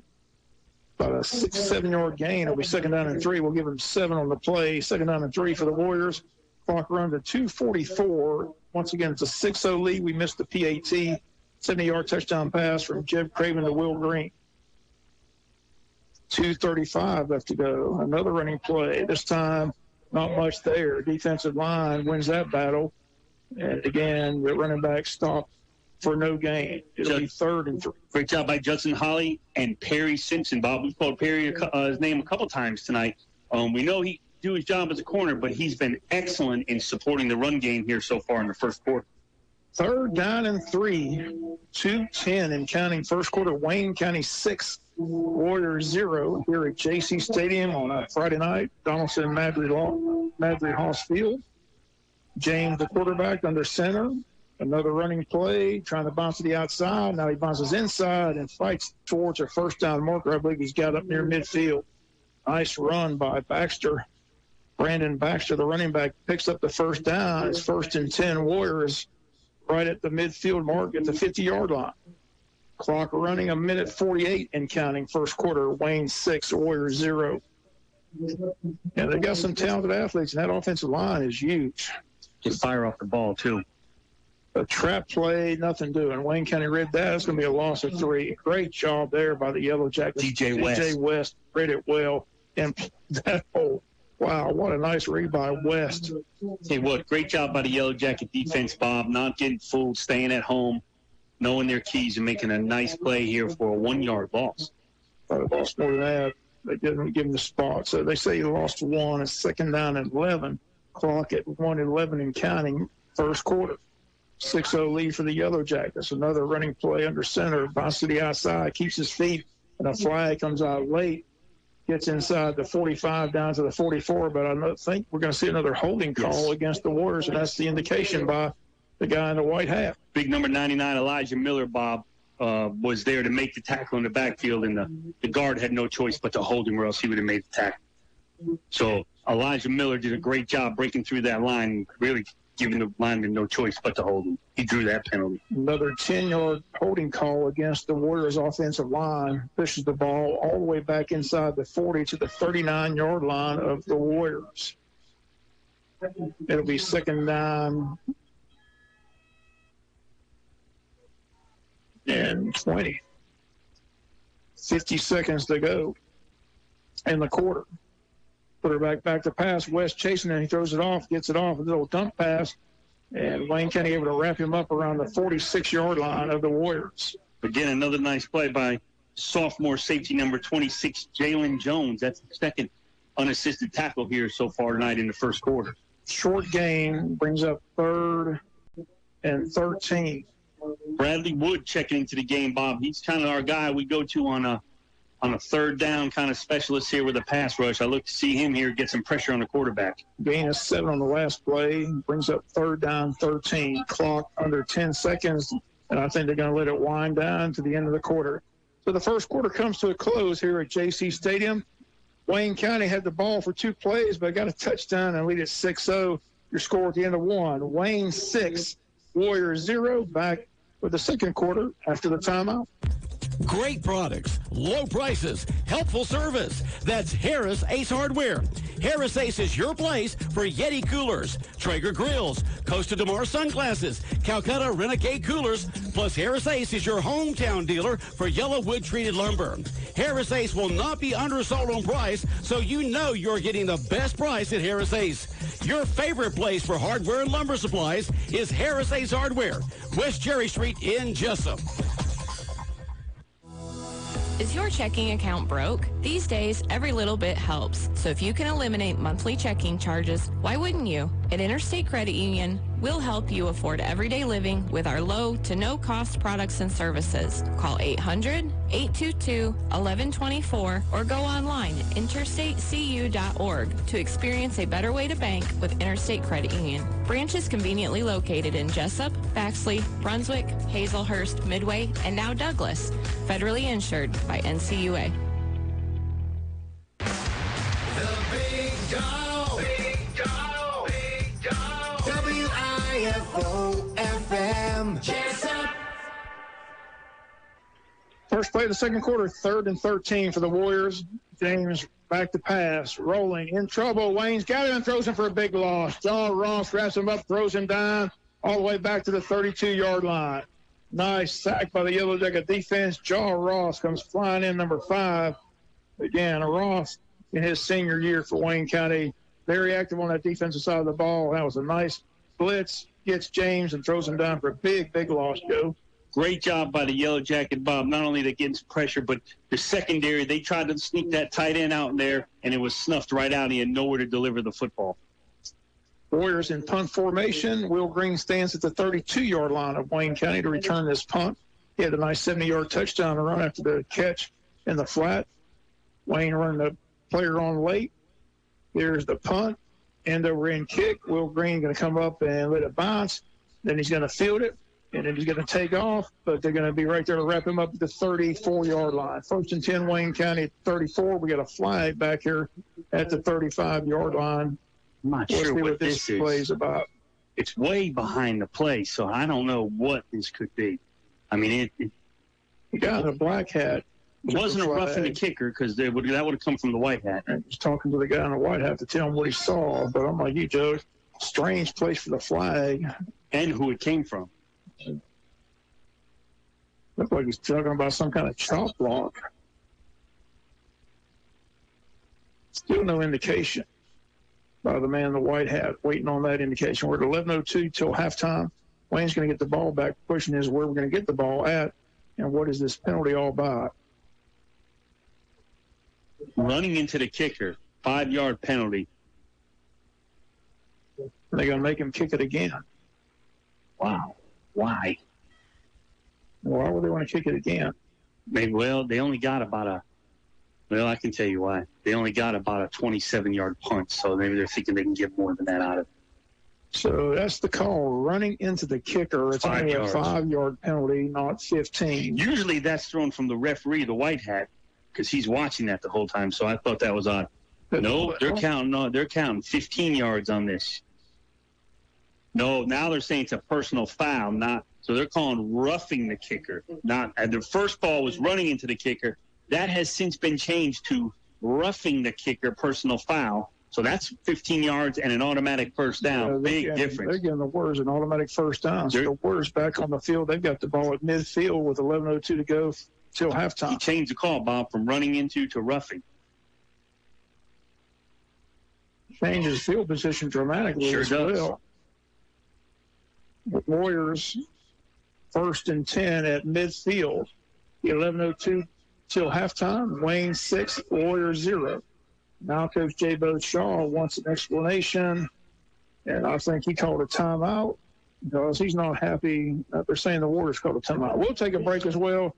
11:02 till halftime. Score reads Wayne 6, Warriors 0. Back after the timeout. Blue Collar Heating and Air is your top-of-the-line Carrier dealer. They service many brands and specialize in new installations, upgrading existing equipment, and airflow problems. They also have a large variety of hard-to-find filters in stock. So when quality counts, call the air conditioning experts, Richard Whitley and David Dial at Blue Collar Heating and Air, 427-6400. For weekend service emergencies, they have an experienced service technician on call. So remember, when quality counts, choose Carrier and turn to the experts at Blue Collar Heating and Air, serving Wayne County and surrounding areas. 175 Northwest Broad Street in Jesup.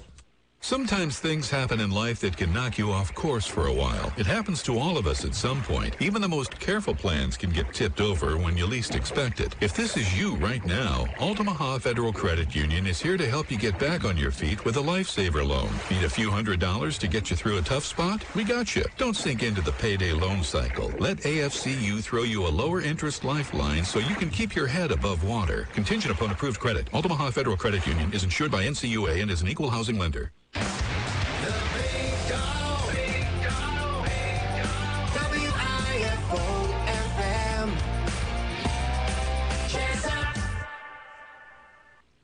First play after the timeout, it's a 5-yard run for the Warriors down to the 45-yard line of Wayne County. Clock runs 10:49. One thing the Warriors are winning, Joe, that's time of possession. No doubt about it. We've run 2 plays. They're eating up a bunch of clock. Bob, we've run 2 plays. And we're at 10:35 to go and counting till halftime.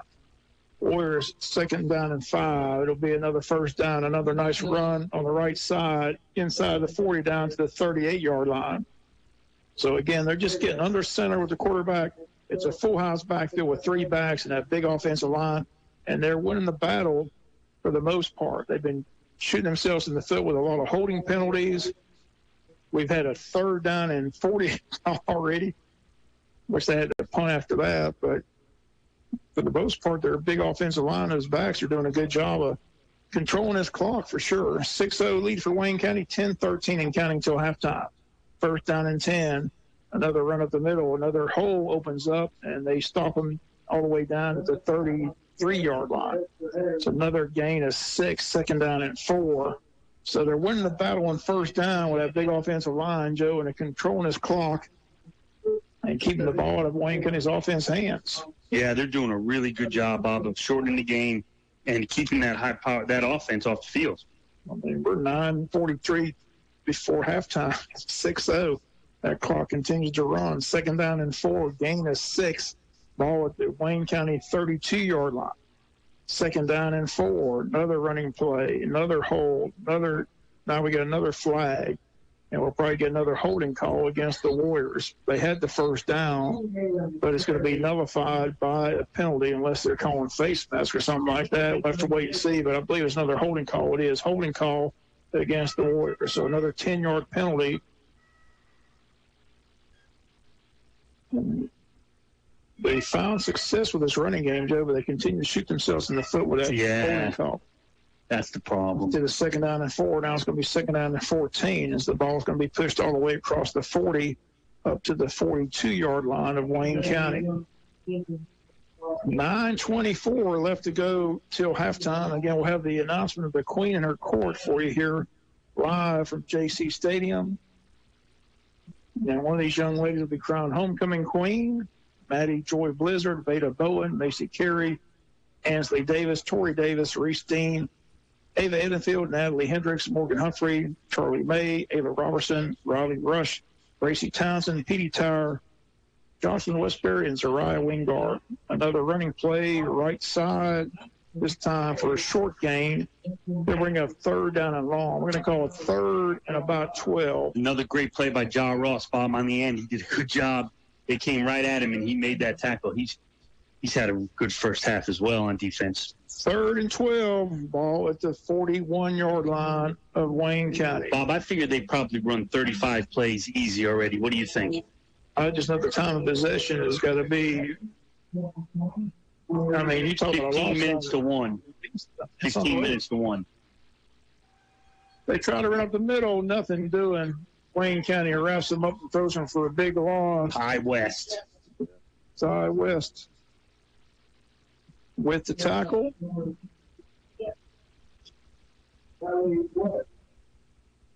And brings up fourth down, and the Warriors will bring the punting unit in. Last time we were up the kicker, so be careful here. We're under 8 minutes and counting till halftime, 7:55 and ticking here. Will Green will go back to return the punt, stand at his own 10-yard line. 6-0 lead for Wayne County. Again, 2 plays and a touchdown. 22-yard run by Matthew Fuller. This is a short kick, high, get away from it. It's going to hit, take a Warrior bounce, but bounce out of bounds down around the 15-yard line. Wayne gets the ball back on offense for the second time tonight.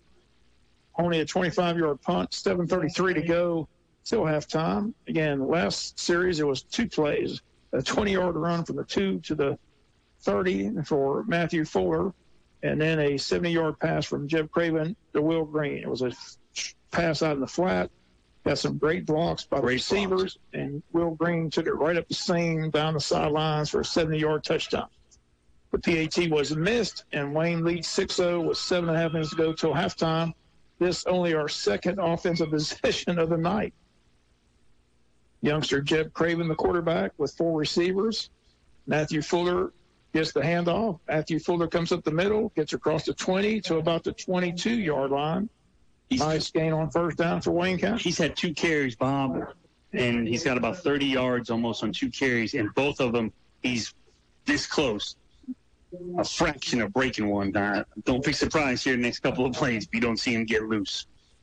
7-minute mark approaches till halftime. 7:05 and ticking. 6-0 score. Fuller got 6 on first down, a second down and 4. Jeb Craven fumbled the snap. Fuller picks it up. Fuller still has it. Are they going to call him down? They're going to say his knee hit. I think it's a good call. You know, it was a low snap. Jeb had it bounce off his fingertips, and Fuller picked it up. They say Fuller's knee was down. So I think we got it back to the line of scrimmage. It'll be third down. May have lost some yardage. Looks like it's 3rd and 8. So we did lose some yardage on that play. Ball back at the 12-yard line. I'll take it back at the 17-yard line. That's where the ball's at. 17-yard line is the ball. Third down, 8, 6:16 and counting till halftime. Vale and Palmer to the right, Green and company to the left, and a whistle and a timeout, Wayne County. We'll take one as well. 6:06 to go till halftime. Your score, Wayne 6, Warriors 0. Back after the timeout. Don't let inflation tackle your finances. Ready? Neesmith Chevy GMC has your back all the way to the end zone. Find new roads to Jesup and check out the new 2024 Chevy Terrains at only $349 a month. You'll save more green than a groundskeeper. Plus, 90 days until your first payment. Or get 1.9% APR for 36 months with approved credit. $349 a month is with $87.50 down at 7.50% APR for 84 months. Not compatible with special financing. Stock number 15391. All offers plus tax. The big dog. Big dog. Big dog. WIFO-FM. Jesup. 10-8 after the timeout. We're back at the 17-yard line. 6:06 to go till halftime. Wayne County leads it by a score of 6-0. 70-yard touchdown reception by Will Green. 3rd and 8. See what the Yellow Jackets call here. Jeb takes the snap, rolls to the right, looks downfield, throws on the run to Vale. Vale's got it for a first down up across the 25, up near the 30-yard line. It'll be a First Southern Bank first down. Nice throw and catch to Jaquez Vale. And he had the Jenkins cornerback was pulling on his shirt, Bob, when he came out of his break. I don't know how they missed that interference call. Great job by Vale. Nice throw, nice catch by Vale, Bob. But, I mean, when he come out of his break, the Jenkins corner had a handful of shirt in there. First down and 10, that's what you want to see. Picked up a nice 3rd down and 8. Nice rollout by the young quarterback. Nice ball, nice catch by Vale. This time it's trips to the left, Vale to the right. First down and 10. Fuller's going to get on the draw. Look out, there he goes. Fuller across the 40 up to the 41-yard line, and that will be another First Southern Bank first down. He gets 11 on the play. They'll stop the clock, move the chains, 5:33 till halftime. Wayne 6, we're 0. Nice mixture right now of the pass and the run again, Joe. Yeah, no doubt about it. Really mixing it up. And, again, it's a ticking time bomb, Bob, before he breaks one. First down and 10 from the 41-yard line. 5:20 and counting till halftime. 6-0 score. Again, out in the flat to Will Green. Green picks up another block. This time they grab him from behind. Did they throw a flag out there? No. I just saw something fly. Maybe it was a towel. Yep, they did call a flag. Oh, they sure did. Yep, it is a flag. I did see a flag come flying from the sidelines. So they calling a hold on one of the receivers out there in the flat. They got Will Green a couple of yards. I think it's the first penalty against Wayne County here tonight. I take back, we got called for roughing the kicker a while ago. That's right. And we had an offsides. 5:10 until halftime. Ball pushed all the way back to the 31-yard line. So it'll be first and 20 for the first down. Clock under 5 minutes. 4:55 and ticking till halftime. 6-0 lead for Wayne County. Palmer comes in motion. The tight end. Jeb again going to give to Fuller. Fuller's got it. There he goes. 40, 45. Oh, they tripped him up. Gets across midfield, though. Close to a first down marker. You see what Wayne County did, Bob, in the first play where Fuller got about 20 yards. They put 3 wide receivers to the other side and went in motion and pulled them. Did the same thing, but just flipped it. And another big game, Bob, he was close from breaking it all the way to the house. Yep, 2nd down and 2 will be the call. 4:25 and counting till halftime. He was looking for a face mask, too, Joe. He came up and acted like somebody grabbed his face mask. 2nd down and 2. Fuller again. Fuller up the middle. Fuller on his feet all the way inside the 35, down near the 33-yard line. It'll be a First Southern Bank first down. And once again, he almost broke it. Another 20-yard gain for Matthew Fuller. Picking up big chunks of yardage here on this drive. Yellow Jacket offensive line doing a good job of giving him just space. And again, with him, if you're not lined up and playing assignment football, he's going to make you pay. Timeout Warriors, 4:01 to go till halftime. They want to regroup. We'll take a break. It's 6-0 Wayne County. We'll be back after the timeout. The Chop House Grill and Bar in downtown Jesup offers a cozy, laid-back atmosphere with daily food and drink specials as well as live entertainment every Thursday and Friday nights. The Chop House Grill and Bar has all of your favorites, from their hand-tossed pizza cooked in their authentic brick oven to their Chop House burgers and steaks. And with their family-friendly environment, there is something for everyone. And they have specials every day from 3 to 5. The Chop House Grill and Bar offers dine-in and takeout options. Located at 155 West Cherry Street in downtown Jesup. Open 11 a.m. to 10 p.m. Monday through Thursday, 11 to 11 Friday and Saturday, and 12 to 9 Sundays.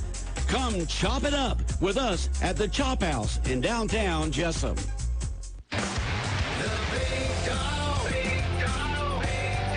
WIFO-FM.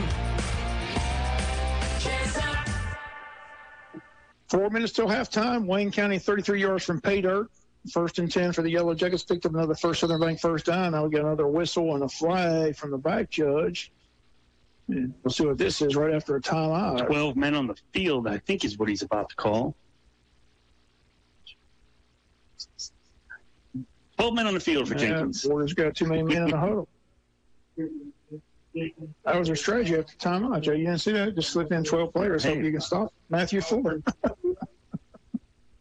Did they get one off the field? I still see 12 out there. No, there's still 12 out there. 1, 2, 3, 1. They got to call timeout. Yeah, I mean, they nobody left the field. I mean, they got penalized for too many men on the field, and they still got 12 guys in. The coach had to call timeout. So they take another timeout. We'll take one as well. Again, it's Wayne County 6, Warriors 0. Someone's going to lead the field, guys. We'll be back after the timeout. Wayne Memorial Hospital wishes the Yellow Jackets the best of luck as they pursue region and state championships. The hard work and dedication of our coaches and student athletes has been instrumental to your success. The staff at Wayne Memorial Hospital is also dedicated to providing and delivering the best possible health care to everyone who comes through our doors. We consider it an honor and a privilege to be entrusted with your health care needs. Caring for the community isn't just our motto, it's what we love to do. Wayne Memorial Hospital, the official health care provider of the Yellow Jackets. Time out. Are you looking for a new home? Come huddle up at Clayton Homes of Hinesville, proud supporter of Southeast Georgia football. You won't believe these game-changing deals with energy-efficient appliances, modern kitchens, walk-in closets, and more. These homes are MVP worthy. Clayton consultants are always standing by to answer questions and help you find the home of your dreams. Don't fumble this amazing chance. Come visit Clayton Homes of Hinesville on 1207 Oglethorpe Highway and find your dream home today. The Big Dog. Big Dog. Big Dog. WIFO-FM. Jesup. Wayne County in the red zone on another nice run by Matthew Fuller after timeout. It's 1st and 10, another First Southern Bank first down for Wayne County. Matthew Fuller. Fuller gets it again. They try to grab him from behind. This time they do. He gets down to the 15-yard line. That'll be a gain of 1, 2nd down to 9. Clock at 3.5 minutes to go. They have no timeouts left. Wayne has 2 timeouts left. So we got 3:25, 2 timeouts left to get another score here before halftime. Wayne County 6, Warriors 0. Wayne County 15 yards from pay dirt here on 2nd down and 9. 2nd down and 9. Eric Hodges, Will Green, wide left. Bale comes wide right. Matthew Fuller, the lone setback behind quarterback Jeb Craven. Craven rolls to the right, looks downfield, in trouble, and going to get sacked back here at the 25-yard line. Nice pursuit by the linebacker for the Warriors, and first time they get to Jeb Craven, gets sacked. Clock still running, 2:48, brings up 3rd and long. It'll bring a big loss all the way back to the 25-yard line. So now it's 3rd down and about 20 yards to go. 3rd and 20, 2:33 in counting. So first time they were able to get to our young quarterback and throwing for a loss. Brings up 3rd down and long. This is Matthew Fuller up the middle. Craven's going to keep it, throw a little screen pass to Bale. Bale inside the 20 down to about the 16-yard line, but it'll bring up 4th down. And I think we're going to try a field goal by Christian Sellers. It's going to be about a 34, 35-yard attempt, I think, Bob. Let's see where they spot the football. Well within his range. They're going to spot it right at the 25, so it's going to make this a 35-yard field goal from the right hash going left to right. Christian Sellers, junior kicker. This will be a 35-yard attempt with 1:42 left to go till halftime to make this a 9-0 ball game. Hampton McElwain to hold. Snap is down. The kick is up, and this one is no good. Wide left. Wayne misses the field goal with 1:33 to go till halftime. It remains a 6-0 ball game. Again, Queen or Court be crowned. We'll have it live here on the Big Dog and the World Wide Web. Who will it be? Who will it be? That's the question. Who's going to be homecoming queen tonight? Going to find out in about 10 minutes here at Jaycee Stadium. 1:33 left to go till halftime. Warriors get it back, and they continue to dominate this time of possession. That was a nice drive by Wayne. Yeah, I hate to come up empty. Yeah, the sack hurt, but we were in field goal range, and Sellers normally boots that through, but again, just didn't get a good leg on it and sailed it off to the left. Warriors back on offense, 1:33 to go till halftime, ball at their own 20-yard line. Running play to the 21-yard line, a gain of 1, second down 9. Our defense starting to figure this running game with the Warriors out, Joe. Matthew Fuller did a good job from his safety position coming up and run support. I think that's been the really good thing tonight, Bob. The back four, your corners and your safeties, have really done a good job in run support, coming in there and making tackles and plugging holes. We approach 1 minute to go till halftime. We're at 1:04 and counting as the Warriors are still in the huddle. Apparently, the play clock hasn't even begun yet. They run the play on from the sidelines. Clock's down to 55 seconds. Don't know why the play clock's not running in that end zone. It hasn't even started. Again, another running play. Again, a short gain up to the 22. Another gain of 1. It'll be 3rd down and 8. Clock's at 39 seconds and counting. Those clocks in the end zone must not be working, Joe. No, they must not be. This will probably be the last play of the half. That clock's under 20 seconds as they're still in the huddle. They're content to go to this locker room down by just 6 points. And they've dominated time of possession, but they've really hurt themselves with penalties. 3rd down and 9 with 10 seconds left. This will be the final play, another running play. Again, just a yard gain at the most. That's going to be the first half of this football game. Man, it was a quick half. Your score at halftime reads Wayne County 6, the Warriors 0. We'll take a break, and we'll come back with the big halftime festivities right after the timeout. Check out the new Tim's Home Medical. New location, larger inventory. Tim's Home Medical, now located at 980 South, U.S. Highway 301 in Jesup, just to the left of Reinhardt's. They are dedicated to helping you with all your medical supplies and equipment needs, including Medicare chargeable items. Most are in stock, many can be delivered. Your health is their priority at Tim's Home Medical, now located on 301 South in Jesup, just to the left of Reinhardt's. Tim's Home Medical. First Southern Bank supports Wayne County and Wayne County football. On behalf of our First Southern Bank team, we wish the Yellow Jackets a great season. Football requires planning and execution, just like life. We are here to help you with just that at First Southern Bank. Call us at 912-588-1010 and see how First Southern Bank can help you. Go Jackets! Member FDIC Equal Housing Lender. Attention hunters, with fall fast approaching, that means deer season is right around the corner. So when you start planting those food plots, come by and see us at the Trademark. We have a variety of food plot mixes, including a 3-way deer mix, a 6-way mix, iron clays, rape, clover, radishes, even lime and fertilizer, deer feeders, corn, and deer attractant. Pretty much anything for the hunter, including guns and ammo. We're located at 3689 Savannah Highway, across from the drive-in in Jesup. Or you can call us at 427-6966. Garden to Guns, the Trademark. GNS Auto Sales of Jesup offers the perfect combination of quality pre-owned vehicles and affordability. GNS Auto Sales has buy here, pay here option available, or you can use your own bank or personal finance company. It is our goal to provide Jesup and the surrounding areas with the best buying experience possible. GNS Auto Sales located at 448 North 1st Street, Jesup, across from Farmers Market, or call them today at 912-559-4600. That's 912-559-4600. When a legal battle comes your way, you want the best team in that courthouse. Our Jackets take the field prepared and ready to go. And like the Jackets, we stay prepared for any legal challenge.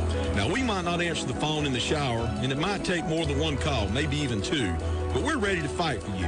If you or your loved one has been injured or you're facing any other legal battle, give us a call. Tracy Allen Brown, 912-427-2504 or www.youneedbrown.com.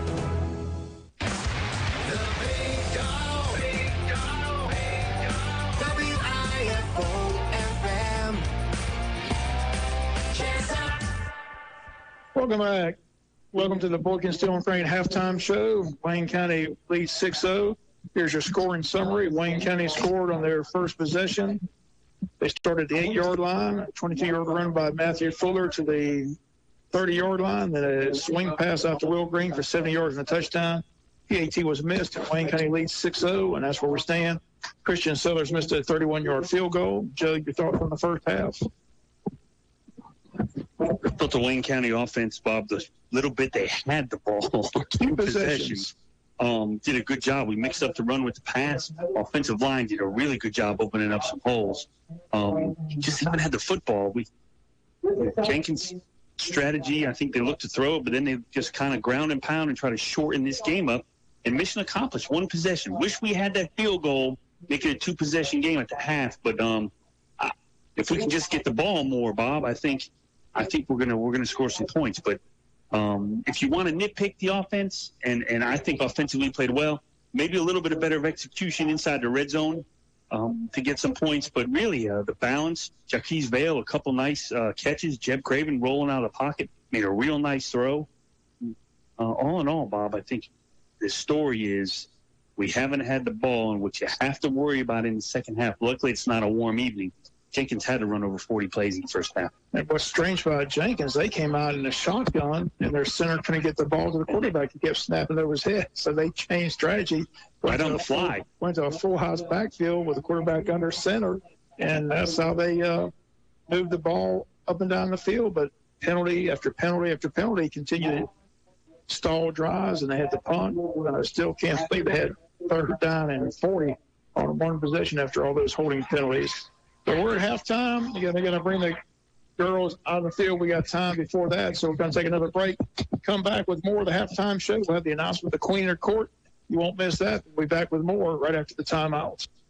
I'm Brent Davis with Jesup Furniture Outlet. In 1973, our father Roy opened the doors with an idea of selling quality furniture at a discounted price. 50 years later, my brother Jake and I have the same dedication to quality and customer service that has made Jesup Furniture Outlet a household name. You'll never pay retail after you see our outlet prices. Stop in today at Jesup Furniture Outlet, 651 Scranton Road in Brunswick, Georgia, where you'll find great furniture and always the best price. Whether it's 5 acres or 500, a place to live or a place to hunt, it's hard to find a lender who understands land financing. At Ag South Farm Credit, we understand your values because we specialize in lending for land. Small or large acreage land loans with fixed rates up to 20 years and down payments as low as 15%. Make your dream of owning land a reality by calling Ian Green at Ag South Farm Credit here in Jesup to get started. NMLS 2327110, Equal Housing Lender. Surprise, y'all. It's Savannah with Ottawa Steak and Seafood, and boy, do I have some big news for you. Our Friday night seafood buffet was such a big hit, we decided to have it on Friday and Saturday nights from 5 to 9. So for all you ball gamers who miss us on Friday nights, come see us Saturday. But if you aren't in the mood for an endless amount of delicious seafood, our menu is available Tuesday through Saturday from 10 to 9 and Sunday 11 to 3. We're located in the heart of Jesup at 362 North 1st Street, or call us at 912-365-0052. Y'all come see us.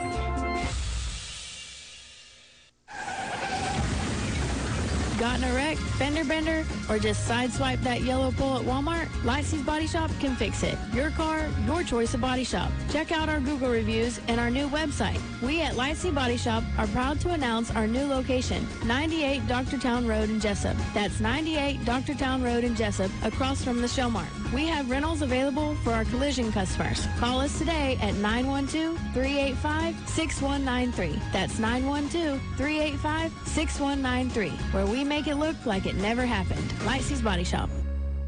The Big Dog. Big Dog. Big Dog.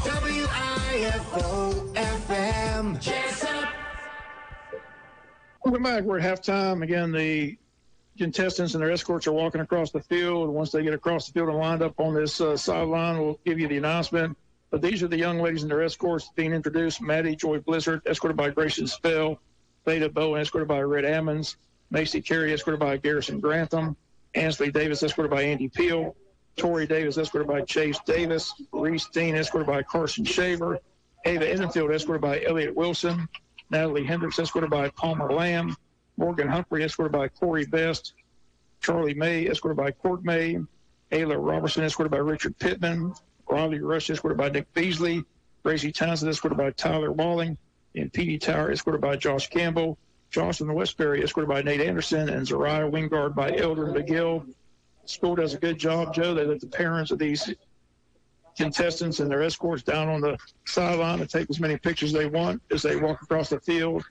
And just several more contestants and their escorts have to be introduced. But as soon as they all line up, and we'll bring you the announcement of the Queen and her court. Not sure if they start with fourth runner-up, third runner-up, but we'll have all those announcements for you here. In the meantime, Joe, just want to get your thoughts on this first half. Again, kind of a strange game, only 2 possessions for Wayne County, but the 1 possession scored a touchdown.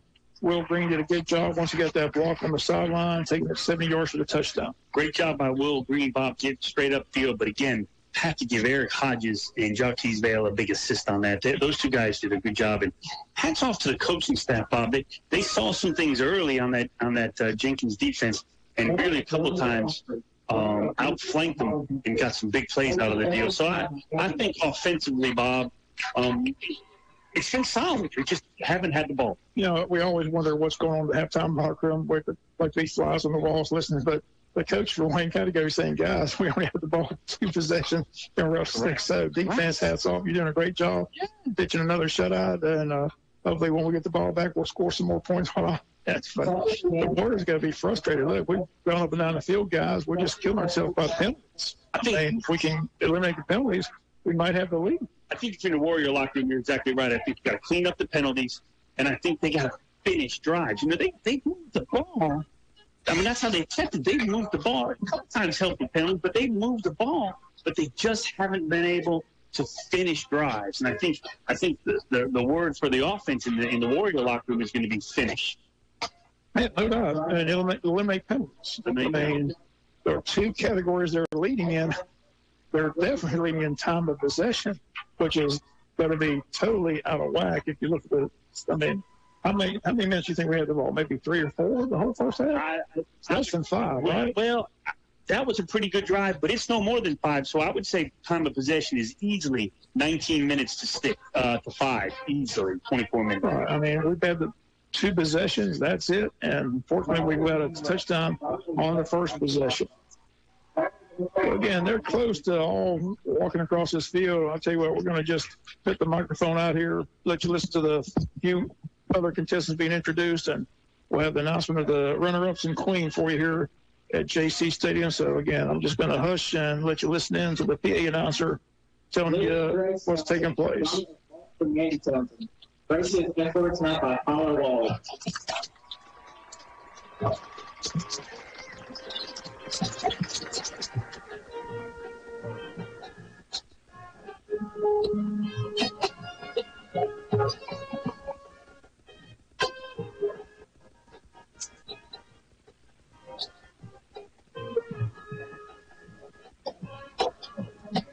PD Fairline side, brother of Michael side and Brooks from the center side. PD efforts not by Zach Chambers.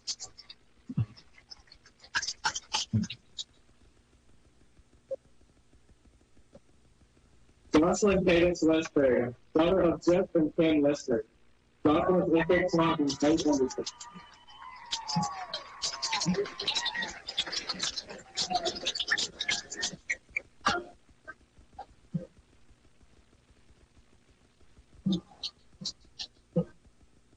Zaria Kenai and Nicole Wingard, daughter of Bobby Gotten and Sydney Jones. Daughter of Echo Scott and Ezra Medina.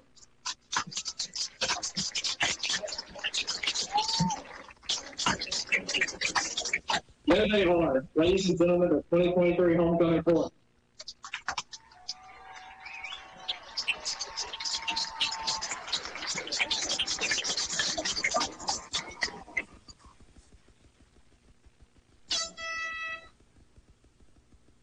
At this time, please welcome back Ms. Shayana Trump, 2022 Wayne County High School homecoming queen.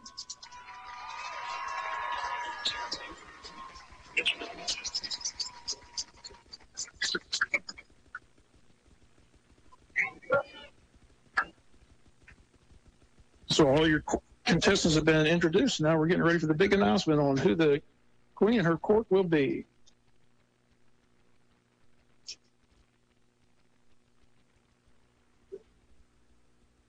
Assisting in the crowning of this year's queen are Dr. Brett McDaniel, Ms. Darius Townsend, and Ms. Sadie Collier, who will present flowers to each runner-up and give the queen her crown, a bouquet of roses and sash.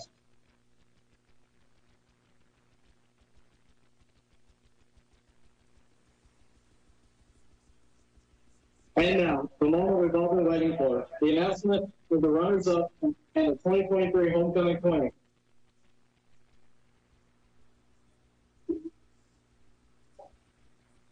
Our third runner is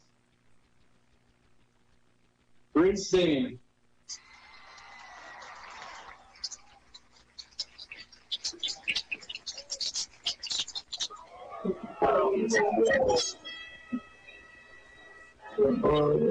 We'll set up our outage. It's not just safe.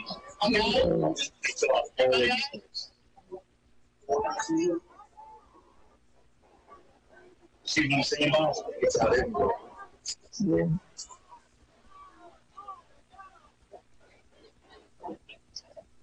Again, we just had a power outage here at the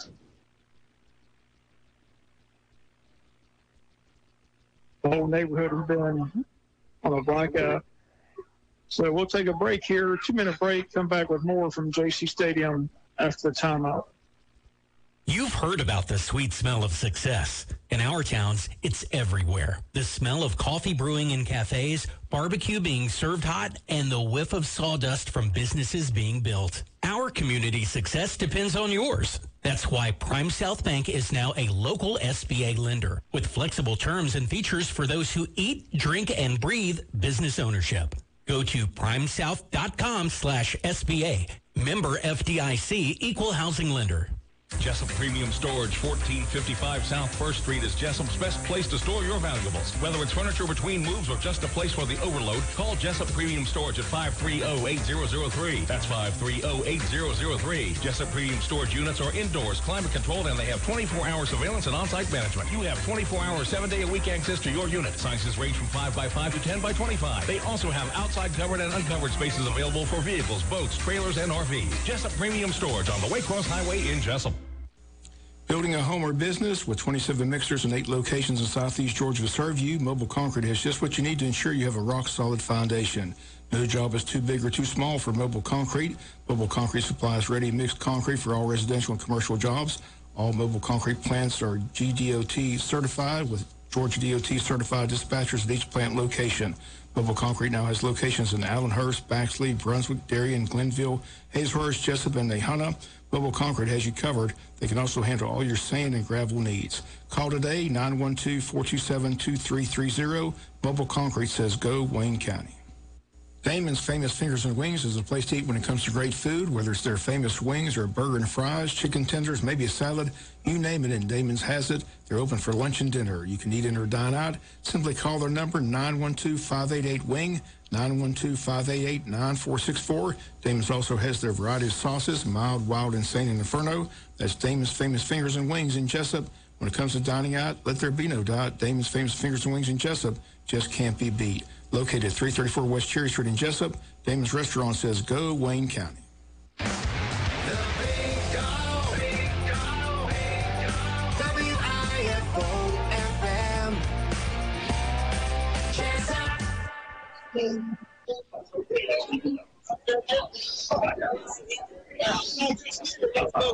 Welcome back.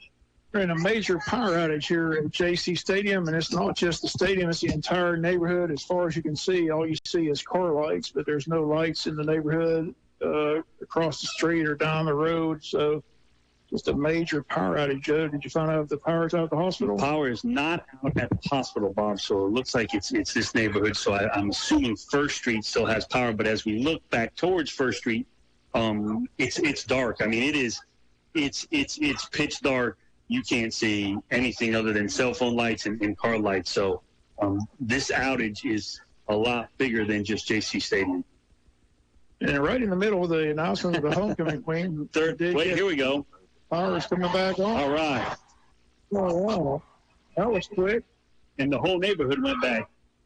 Someone was playing a joke, Bob. Good. Are they going to get back to the announcement of the homecoming queen? Remember that guy in the airplane? He unplugged the lights on the runway. And he said, just kidding. Yeah. Okay, let's get back to the announcement of the homecoming contestants. We've got third runner-up, Reese Dean, escorted by Carson Shaver. That's where we left off. The lights are back on. We'll be back. I don't know if I've ever experienced anything like that before during our broadcast. Go back, baby. Okay. Let's get back to the announcement.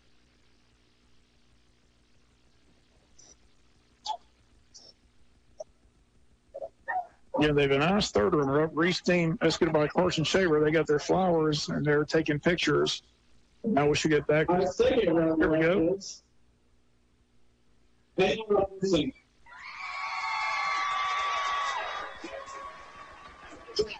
Ayla Robertson, escorted by Richard Pittman, your second runner-up.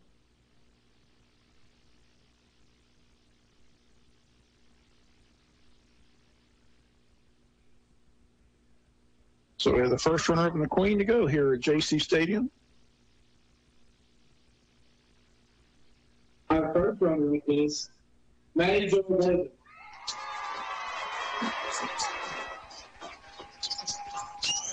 Maddie Joy Blizzard, escorted by G Money, Grayson Spell.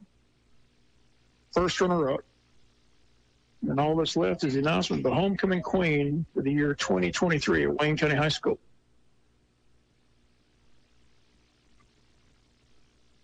Nia Trice, the former Wayne County queen, here tonight as well. They always bring the last year's queen back. Now the big announcement. Hey, now the presentation of the 2023 homecoming queen.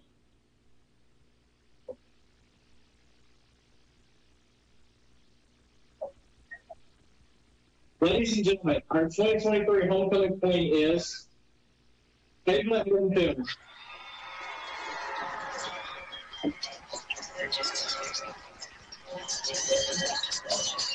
Ava Edenfield, homecoming queen, escorted by Elliott Wilson.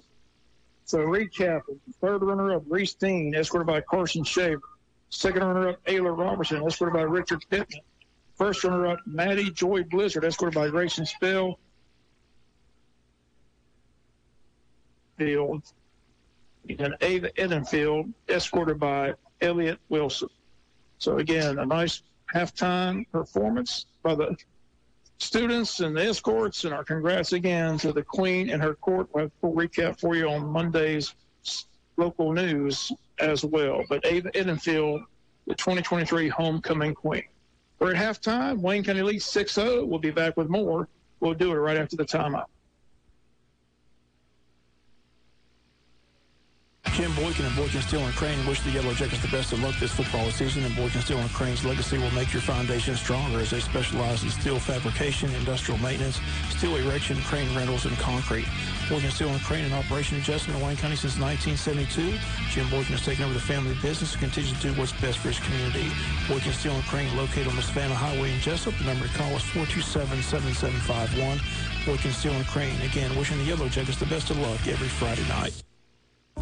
For all your medication needs, call or come see the friendly professional staff at Jones Prescription Shop. We're conveniently located next to Wayne Memorial Hospital at 101 Peachtree Street. We have a drive-through and offer free delivery. Jones Prescription Shop is locally owned and has been proudly serving Wayne and surrounding counties since 1985. We accept most insurance plans and have competitive prices for those uninsured. We would love to serve you. Give Jones Prescription Shop a call today at 912-427-8825. That's 912-427-8825. Go Jackets. As a busy wife and mother, I'm all about convenience. If it can make my life a little easier or save me time, well, it's hard to put a price on that. That's one of the things I love most about Georgia Farm Bureau Insurance. I can get everything I need. Auto, home, life, even banking all in one place. Throw in a local agent who's always there for me, and that's why I choose Georgia Farm Bureau. Always the home team. Georgia Farm Bureau Insurance. Visit us online at gfbinsurance.com. You see them all over our area. The Hendricks hauling trucks, hauling everything from dirt, rock, sand, and asphalt. But Hendricks Hauling does so much more. They do land clearing, site prep, pond digging, road building, and more. Call them for a free estimate. Hendricks Hauling is always hiring. Licensed and insured. Family owned and operated since 1951. Check with Hendricks Hauling to find out about all their services. Hendricks Hauling, 3600 Rainier Road in Jesup. Give them a call at 912-427-6395. That's 427-6395. Sheriff Chuck Mosley and his staff want to wish the Wayne County Yellow Jackets the best of luck this season. Hope they can bring back that state championship trophy. Sheriff Mosley has made a commitment to battle the drug dealers in Wayne County, and he and his team have joined forces with the Jesup PD for a joint task force in the war against drugs in Wayne County. But the department needs and wants your help. If you know or see any illegal drug activity, Sheriff Chuck Mosley encourages you to simply call the Sheriff's Department at 427-5970 or the Jesup PD at 427-1300. Sheriff Mosley asks that everyone do their part in helping fight the drugs in Wayne County. Sheriff Mosley again wishing the Wayne County Yellow Jackets the best of luck this season. The Big Dog. Big Dog. Big Dog. WIFO-FM. Jesup. The teams have made their way back to the field against set for second half action. Hopefully we'll have it for more than two possessions. I don't know if I've ever seen a game where the team only had two offensive possessions, but fortunately on that first possession, 2 plays and a touchdown. We started our own 8-yard line. Matthew Fuller went 22 yards to 30. Jed Craven just took it and threw it out the Will Green. He went 70 yards for the touchdown, and Wayne leads 6-0, missed the PAT.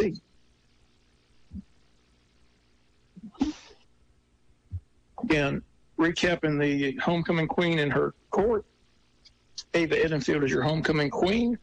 She was escorted tonight by Elliott Wilson. First runner-up was Maddie Joy Blizzard. She was escorted by Grayson Spell. Second runner-up was Ayla Robertson, escorted by Richard Pittman. And third runner-up was Reese Dean, escorted by Carson Shaver. And the power outage came after the announcement of the third runner-up. It's amazing how quick the power came back, Joe. Normally it takes you have to warm those lights up. It just came right back. There was somebody in the control room, and it just. So somebody was playing a joke on us. Somebody I don't know what happened. Somebody found the power box. I don't know what happened. I don't know what happened. It was kind of crazy. But again, Wayne County Warriors getting set for this second half action. The players are back out on the field. And let's see if they put more time on that clock. It's winding down to 0-0. They put the 12 minutes on, or they put more time on to warm up. So we'll take another break here. You score at halftime. It's Wayne 6, Warriors 0. Still several minutes till the second half kickoff. We'll be back with more after the timeouts. If you need a mattress, come see us today. A Magic Mattress, you need home furniture. We're on the way. Magic Mattress, come on down to Magic Mattress. Stop on by or call us today. 256-REST, 256-7373. For a comfortable mattress and quality furniture, shop Magic Mattress and Home Furniture, 114 Allison Street, Jesup, across from AT&T near Walmart. Magic Mattress and Home Furniture, Jesup. Jim Boykin and Boykin Steel & Crane wish the Yellow Jackets the best of luck this football season, and Boykin Steel & Crane's legacy will make your foundation stronger as they specialize in steel fabrication, industrial maintenance, steel erection, crane rentals, and concrete. Boykin Steel & Crane in operation in Jesup and Wayne County since 1972. Jim Boykin has taken over the family business and continues to do what's best for his community. Boykin Steel & Crane located on the Savannah Highway in Jesup. The number to call is 427-7751. Boykin Steel & Crane, again, wishing the Yellow Jackets the best of luck every Friday night. For a great meal anytime at your Jesup Western Sizzler on Sunset Boulevard. Great flame-kissed steaks, the soup and salad bar, the buffet line, the dessert bar, and so much more. Call your orders in at 588-1000, 588-1000, or order online at westernsizzlinjessup.com. And don't forget breakfast Saturday and Sunday at your Jesup Western Sizzlin'. Western Sizzlin' on Sunset Boulevard in Jesup. 2 Maids of Jesup. Don't you wish you were going home to a clean home? Let 2 Maids of Jesup help with all your cleaning needs. 2 Maids of Jesup is a residential and commercial cleaning business that is licensed, bonded, and insured. 2 Maids of Jesup services locally and surrounding counties within Southeast Georgia. Owner and operator Catherine Britt and Chad Mixon would love to offer you a free quote. Just call us at 912-385-9551 or visit our website at 2maidsandaMop.com/Jesup. 2 Maids of Jesup. Let life shine. Great products, low prices, helpful service. That's Harris Ace Hardware. Harris Ace is your place for Yeti coolers, Traeger grills, Costa DeMar sunglasses, Calcutta Renegade coolers, plus Harris Ace is your hometown dealer for yellow wood-treated lumber. Harris Ace will not be undersold on price, so you know you're getting the best price at Harris Ace. Your favorite place for hardware and lumber supplies is Harris Ace Hardware, West Cherry Street in Jesup.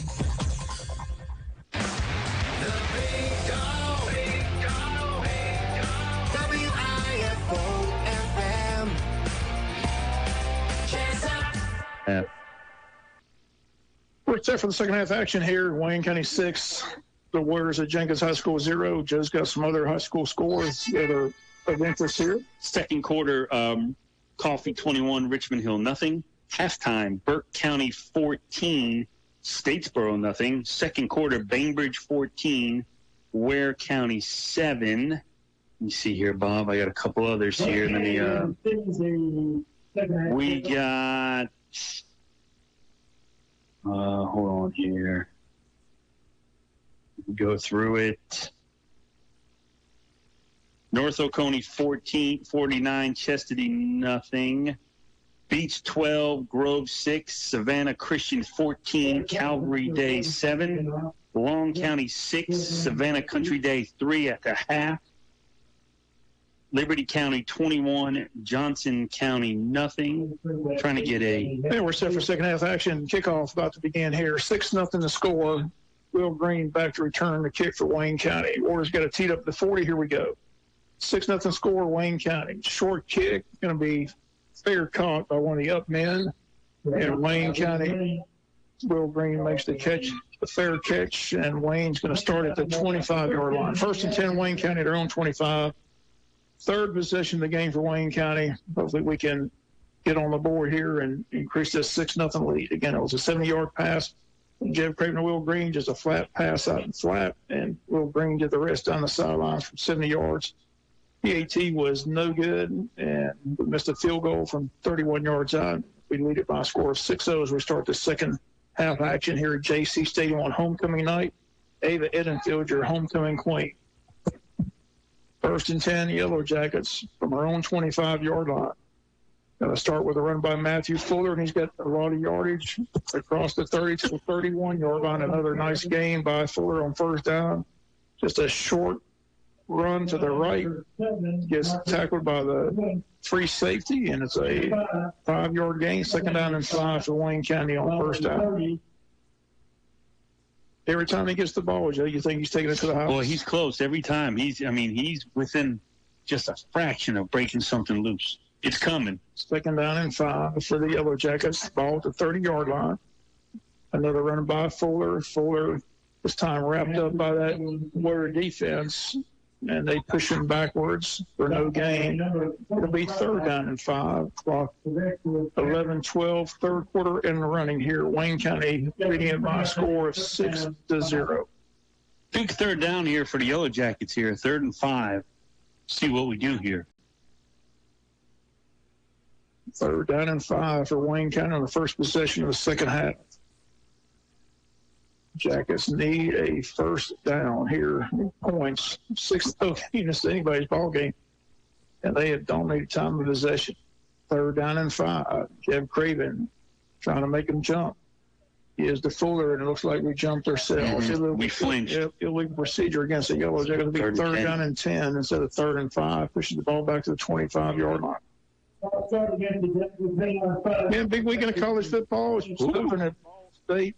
And again, all kinds of big games matching up. Tech, Wake Forest, ACC starts Georgia at home against UAB, but the big game at 12 noon, Clemson and FSU at Clemson. And then you got Alabama, Ole Miss, Notre Dame, Oregon, Notre Dame, Ohio State that night. Washington State and Oregon State, the 2 left teams that are going to be left in the Pac-12, both ranked and playing each other. And then you got Coach Prime going to Eugene. Yeah, Texas A&M Auburn tomorrow too. That's right. Rested LSU, Mississippi State. Jeff Craven back to pass, throwing long, got Vail down here, pushing and shoving, no flags, incomplete pass. Could have went either way, but it's incomplete. Looked like he kind of was being held, or he just kind of slowed up on the route. Little pushing and shoving, you know. Sometimes they keep it in their pockets, sometimes they don't. So Wayne will be forced to punt, first punt for Hampton McWayne. Boy, he's had a great year, Joe. Yeah. This football. He really gets a lot of height. He does, Bob. You know, he won't, you know, he's not a 50-yarder, but he's a 40-yard guy easy with great hang time.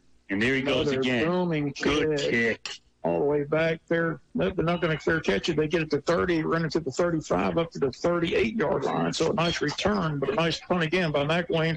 44-yard punt, about an 8-yard return. Got a man down for Wayne County. Hopefully he's okay, but it looks like we got an injury timeout. We'll take an injury timeout as well. Score Wayne 6, Warriors 0, 9:46 till halftime. Back or third quarter action. We'll be back after the timeout.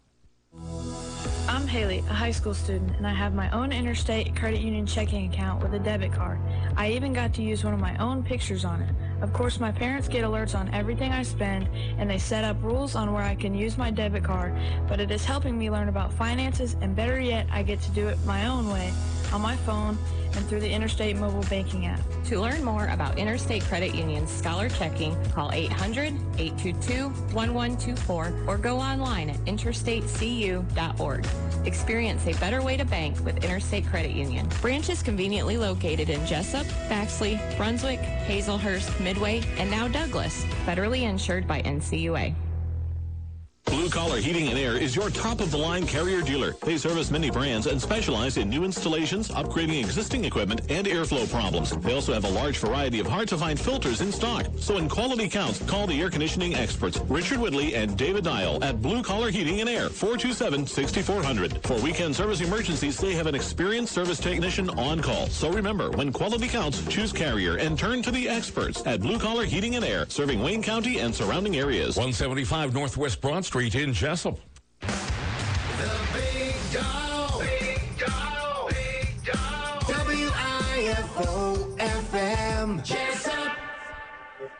Welcome back. Injured player Cole Driggers had to be helped off the field. Looked like a lower leg injury. Again, the Warriors back on offense. Their quarterback, Jeremiah James, hands off to their running back, Baxter, but Baxter nowhere to go.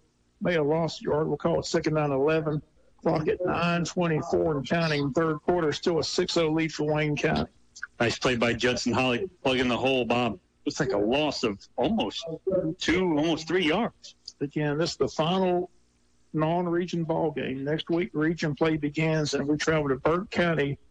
And the big story there is, if you recall, last year we played Burke here, and the coach had a heart attack.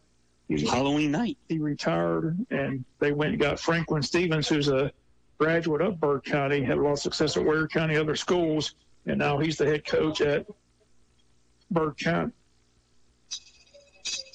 It's 2nd down and 12. James in a shotgun, gets a good snap this time, but runs a draw play. Wayne kind of wraps him up. He gets to the 40-yard line for a nice gain. Nice played by Griffin Phelps and then Jeremiah Daniel. Griffin Phelps with the initial tackle, and Jeremiah Daniel came in to help clean it up. 3rd and 8 is the call. 8.5 minutes to go. Third quarter action. 6-0 lead for the Wayne County Yellow Jackets. Third and long facing the Warriors here. We're going to go to shotgun formation. And they had trouble getting a snap to the quarterback on the shotgun formations. This time it's a good snap. The quarterback's just going to run with the ball, or not going to get maybe a yard at the most. Great job by number 99, Elijah Miller, Bob, from that nose guard position.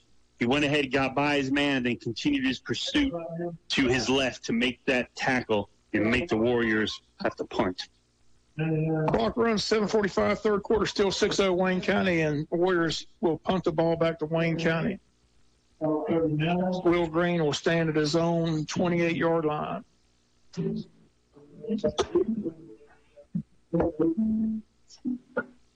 Still 6-0 Wayne County. 6-0 score in favor of the Yellow Jackets. Wayne coming after the punt. Punter got it off. Ball's going to hit. Wayne's just going to let it. Well, the Warriors down it at the 24-yard line. 1st and 10 Wayne County. 37-yard punt. 6-0 score. Yellow Jackets back on offense, trying to get some more points in this ball game. This will be our 4th possession of the night. Still amazing. 4th possession. 2 possessions in the entire first half. This is our 4th possession midway through the third quarter. Got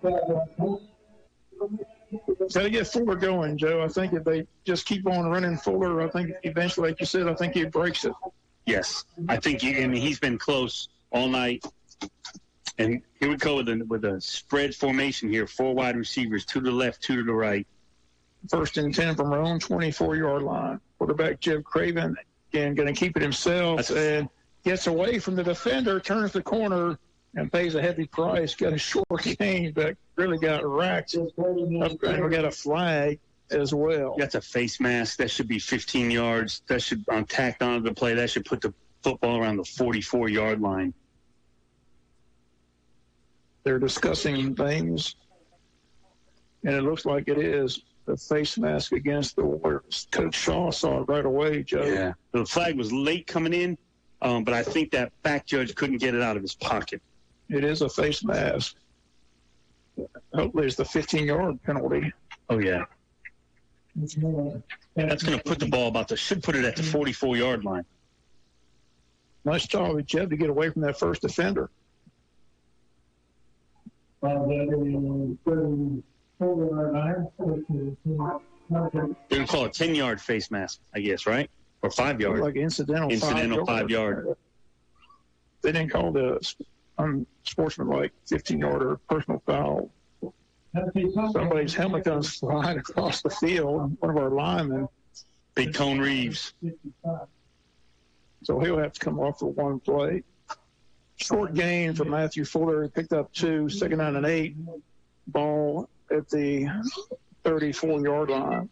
6:59 and counting. For some reason the clock is stopped. Now they're running the clock. They stop the clock to get the helmet. 2nd down and 8. Wayne County comes up the line. 2 receivers to the left of Jeff Craven, 1 to the right. Bale to the right. Green and company to the left. Fuller again, just a short gain, puts his head down and pushes the pile forward for a couple. Gets it up to the 38-yard line. Gain of 4. Be 3rd down and 6. 3rd down and 6:23 and counting. 3rd down and 6 for Wayne County. I'm noticing here, Bob, that Jenkins is starting to stack the box a little bit more. They had it stacked. Now they're really stacking it here and kind of playing run. Because right now they've got 7 in the box right now, and they have been creeping that safety up for 8. The quarter is midway gone. 6 minutes and counting. 3rd quarter. Craven back to pass. Throws in the flat. Got Eric Hodges for a short gain. That's not going anywhere. It'll be fourth down, and Wayne once again will be forced to punt this ball back to the Warriors. Clock runs towards the 5:45 mark. County. So both teams, Joe, trying to get something going. Defenses are winning the battle. 3 and out, 3 and out, all the punts. Wayne, again, a little bit of more tougher sledding here, especially in the last few plays. Jenkins made an adjustment. Again, they're putting 7, sometimes creeping 8 guys into the box. So they're going to try to force us to throw the football. And McElwain on the punt again, getting boomed the last one. Good snap. Another good high booming kick. Warriors go back. They're going to let it hit. Takes a Wayne County roll inside the 10, down to the 5, all the way down to the 3-yard line. Nice punt and roll by Hampton McElwain. That's going to be a 51-yard punt. Again, they let it hit the 20, and that thing rolled all the way down to the 3-yard line. He's done that for 2 years, Bob. When he gets such a high punt with great spin, 9 out of 10 times when his balls hit, they go frontwards. But his hang time is tremendous on all of his punts. He gets the ball way up in the air. So he's definitely improved over the years, Joe. Remember now, he was a kicker and always place kicked. And kind of last year, he got thrust into that punting role. So, he was kind of a first-time punter last year. And like you said, Bob, has really, really come on strong since the start. 6-0 score remains, 5:07. Warriors coming out from the sidelines as they get the ball on offense, but they start at their own 3-yard line. Great 51-yard punt by Hampton McElwain, the senior. It's just fun to watch him punt, Joe. Yeah. The high. It's always kick, high. Nice spiral. The ball's just spinning. But like you said, it always takes a Wayne County roll. 1st and 10 from the 3-yard line. Running play. They find the seam and get it all the way up to the 10, 11-yard line. Nice run by Baxter on 1st down. We definitely want to try to get the ball back here, Bob, in good field position here. This will be a great time for a 3 and out. No doubt, but they got good yardage there. You got 6 yards on 1st down, 2nd down and 4. Clock runs at 4:43 left to go, 3rd quarter. Still 6-0 Wayne County.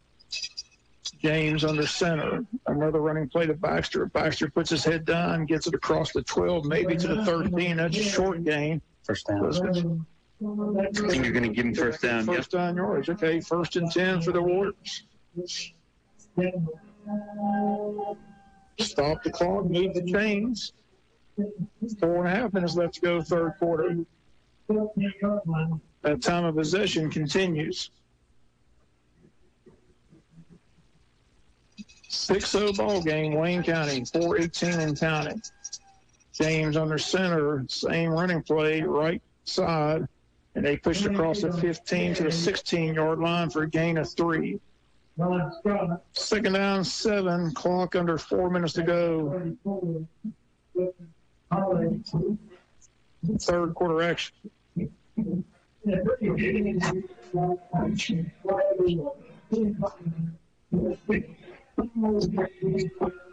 going to be interesting here, Bob, to see what Jenkins is going to do here because we're stacking the box against them, too, trying to force them to throw the football. They got no receivers in the formation. None. It's just Full house backfield. 2nd down and 7. They run left side this time. They find some running room across the 20, across the 25. We wrap them up and tackle them out of bounds around the 28-yard line. That'll be a 1st down. Just outflanked us. Full house backfield. They just outflanked us to the left. Tyler Ferguson, the running back. He's a senior 5'10", 200-pounder. He finds some good running room. 1st and 10, they continue to eat that clock, and time of possession is in their favor again here in the 2nd half. Just shortening the game up. That's all they're doing. Trying to keep it a one-possession game and see what happens. So far, the strategy's working. Under 3 minutes to go, 3rd quarter, 6-0 Wayne County. Full house backfield, they go student body right for maybe a yard. Good job there by the defensive line of Wayne. What you got to watch here is somebody just with that fake and someone just going flying out there because Wayne is selling out on the run right now in that fullback formation. We're going to say no gain. 2nd down and 10. 2nd down and 10, 2:36 in counting, 3rd quarter. Ball at the 28-yard line of the Warriors. This third quarter quickly winds down, 2:25 and ticking. Still a 6-0 lead for Wayne here at Jaycee Stadium on homecoming night. Trying to protect Jaycee Stadium, as Coach Shaw says all the time. Again, left side, they find some running room. We drag him down from behind, but he gets all the way up to the 36-yard line. Nice tackle by Griffin Phelps. Bob came across the field from his linebacker position to make the tackle, to hold it. This is going to be a big third down and about 2. 3rd and 2. We're under 2 minutes left to go in the quarter. 1:53 and counting. Wayne 6, Warriors 0. 3rd and 2. And again, they come over that big offensive line, full house backfield, and they go left side. And I don't think they got the Wayne comes up Great strong. Job. Griffin Phelps, DJ West, and Ja Ross. Great job by those 3 guys, Bob, to go ahead and make the stop. And I think the Warriors are going to be forced to punt. They lost a yard. Big play by the Yellow Jacket defense, forcing a punt here with the 1:12 in third quarter. Another quick quarter. Great job by Griffin Phelps, Bob. He made 2 tackles here on that to save a first down, and to help to stop that on that first down. So nice job by the senior linebacker. 4th down and 3. We come after the punter again. I think we jumped offside. They get us a 4th down. Oh, no, that's a costly penalty there. So the last thing you want to do is give them the ball back on the offside penalty. But Wayne jumps offside, and the Warriors get it back, and the defense has come right back out on the field, and Coach Shaw's unhappy about that. Oh, man. So the time of possession continues to just roll in the Warriors' favor. That's just a penalty. That's 2 in a row. That's cost us 2 possessions. Don't like that at all. The clock's under a minute, and the Warriors are still on the sidelines discussing strategy. So it's hard to tell with the play clock not working at all. I have to ask Coach Shaw about that, why they don't have the play clock working tonight. I thought that was mandatory that you had to have that thing working. I did too. Clock at 22 seconds as they come out of the huddle. 1st and 10 from the 40-yard line. They're going to run a sweep. Wayne's chasing them. And again, good job by the Yellow Jacket. Ja Ross. A loss of about 2 yards, and that's going to be the final play of the quarter. We've come to the end of 3. We've got 12 minutes left.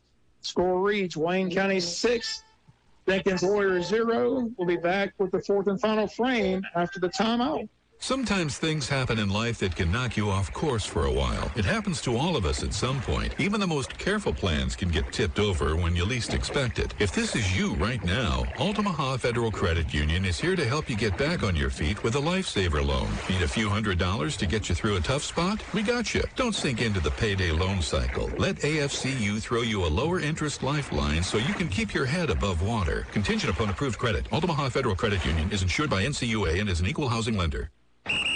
Don't let inflation tackle your finances. Ready? Neesmith Chevy GMC has your back all the way to the end zone. Touchdown! Find new roads to Jesup and check out the new 2024 Chevy Terrains at only $349 a month. You'll save more green than a groundskeeper. Plus 90 days until your first payment. Or get 1.9% APR for 36 months with approved credit. $349 a month is with $87.50 down at 7.50% APR for 84 months. Not compatible with special financing. Stock number 15391. All offers plus tax.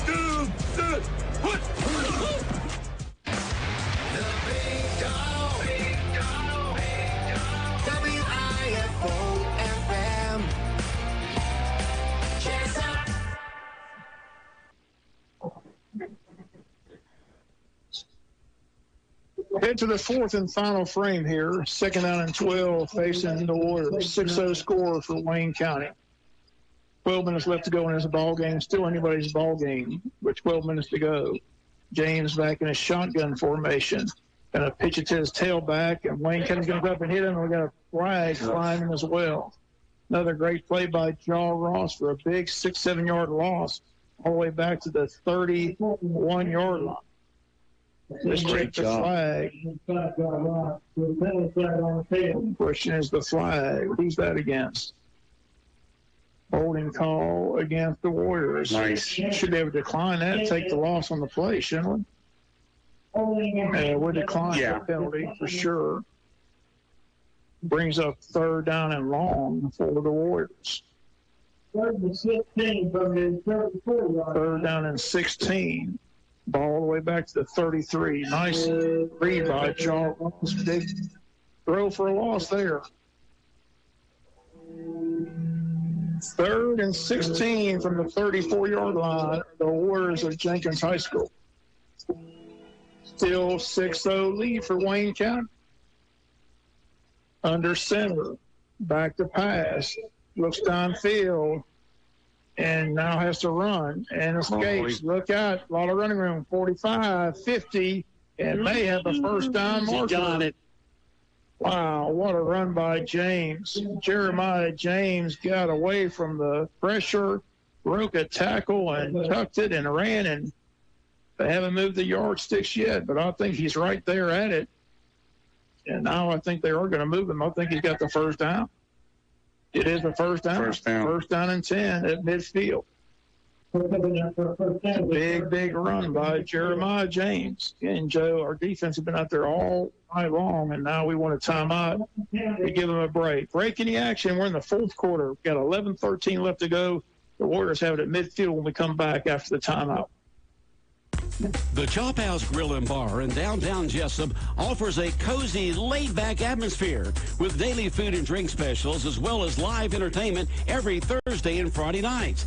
The Chop House Grill and Bar has all of your favorites, from their hand-tossed pizza cooked in their authentic brick oven to their Chop House burgers and steaks. And with their family-friendly environment, there is something for everyone. And they have specials every day from 3 to 5. The Chop House Grill and Bar offers dine-in and takeout options. Located at 155 West Cherry Street in downtown Jesup. Open 11 a.m. to 10 p.m. Monday through Thursday, 11 to 11 Friday and Saturday, and 12 to 9 Sundays. Come chop it up with us at the Chop House in downtown Jesup. The Big Dog. Big Dog. Big Dog. WIFO-FM. Jesup. 1st and 10, 11:13 left to go. The Warriors got at midfield. And again, Coach Shaw looked out there and saw his defense gassed and knew they needed a timeout. 1st and 10 from midfield. But Jeremiah James almost broke that one. This is Baxter. Baxter for nothing. Wayne County throws him down for a big loss there. Another good play by Elijah Williams. And again, number 28, Griffin Phelps, Bob, in there again. Elijah Miller, number 99. Elijah Miller. We got a player down. We got an injury timeout. We'll let you know who the player is when we come back. Breaking the action, 10:57 left to go in the ball game. Score reads Wayne 6, Warriors 0. Back after the injury timeout. Wayne Memorial Hospital wishes the Yellow Jackets the best of luck as they pursue region and state championships. The hard work and dedication of our coaches and student athletes has been instrumental to your success. The staff at Wayne Memorial Hospital is also dedicated to providing and delivering the best possible health care to everyone who comes through our doors. We consider it an honor and a privilege to be entrusted with your health care needs. Caring for the community isn't just our motto, it's what we love to do. Wayne Memorial Hospital, the official health care provider of the Yellow Jackets. Time out! Are you looking for a new home? Come huddle up at Clayton Homes of Hinesville, proud supporter of Southeast Georgia football. You won't believe these game-changing deals with energy-efficient appliances, modern kitchens, walk-in closets, and more. These homes are MVP worthy. Clayton consultants are always standing by to answer questions and help you find the home of your dreams. Don't fumble this amazing chance. Come visit Clayton Homes of Hinesville on 1207 Oglethorpe Highway and find your dream home today. The Big Dog. Big Dog. Big Dog. WIFO-FM. Jesup. 9. And welcome back. Injured player is Jeremiah Daniel, number 9. He's having to be helped off the field. Looks like, again, another lower leg injury. And we've seen several of those tonight, Joe. Again, second player that's had to be helped off the field. Can't put any pressure on that leg whatsoever. So, again, Hate to see that. Jeremiah Daniel, number 9, junior for the Wayne County Yellow Jackets, had a good night, and looks like he's done for this evening, but hopefully it's nothing serious. But, again, we have to be helped off the field and can't put pressure on our leg. It's not a good sign.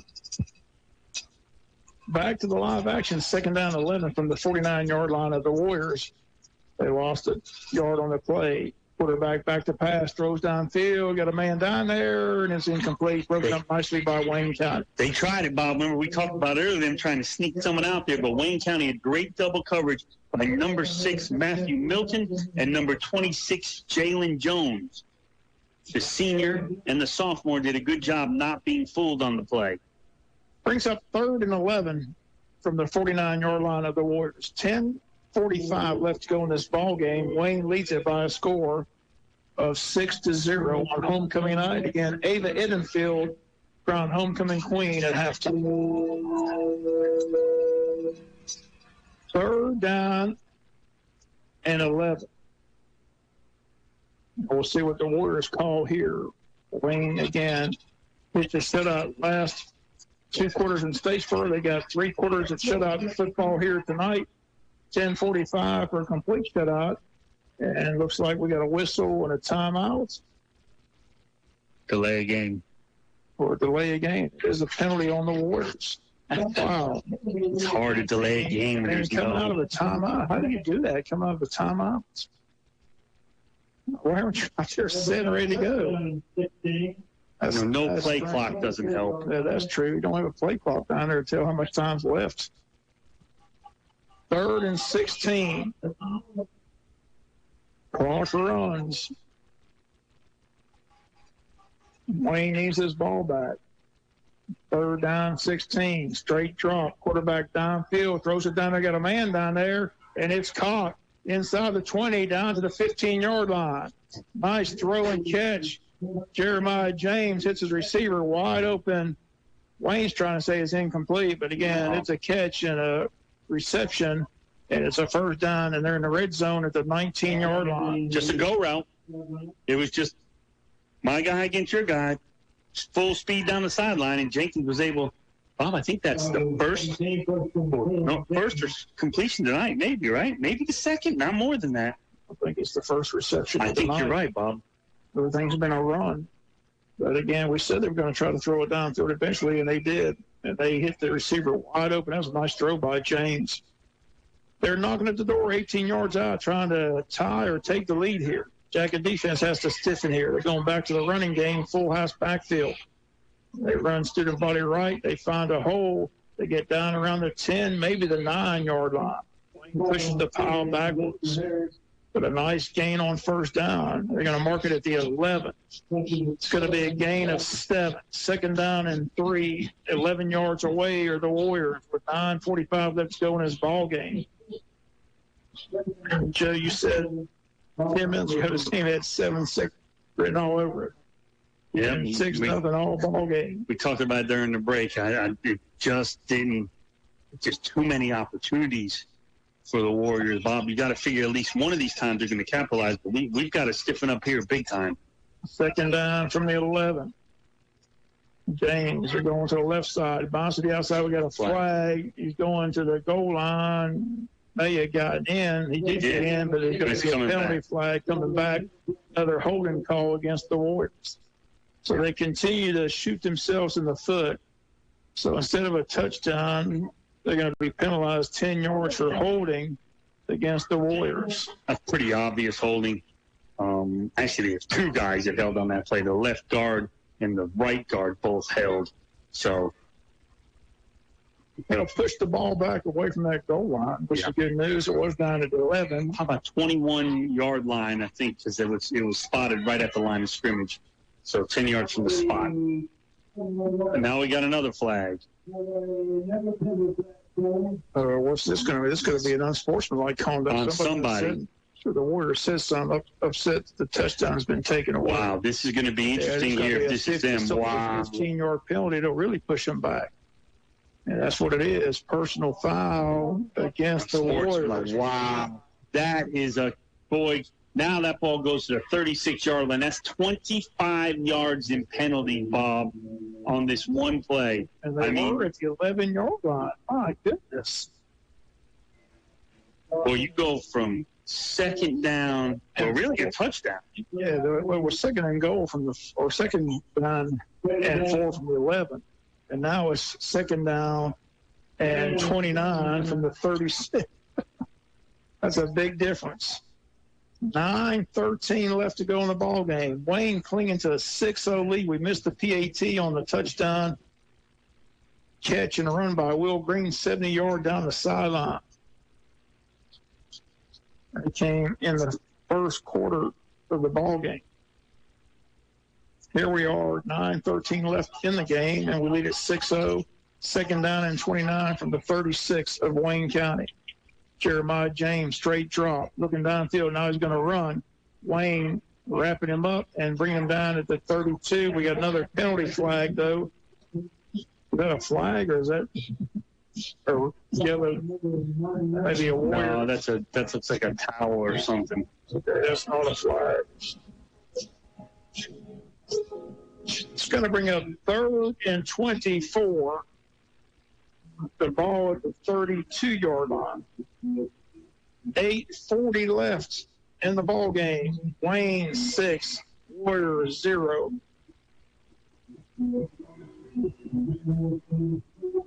Clock under 8.5 minutes. The Warriors stay in that huddle.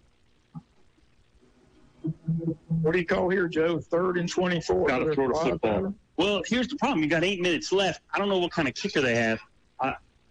I think you're throwing the football.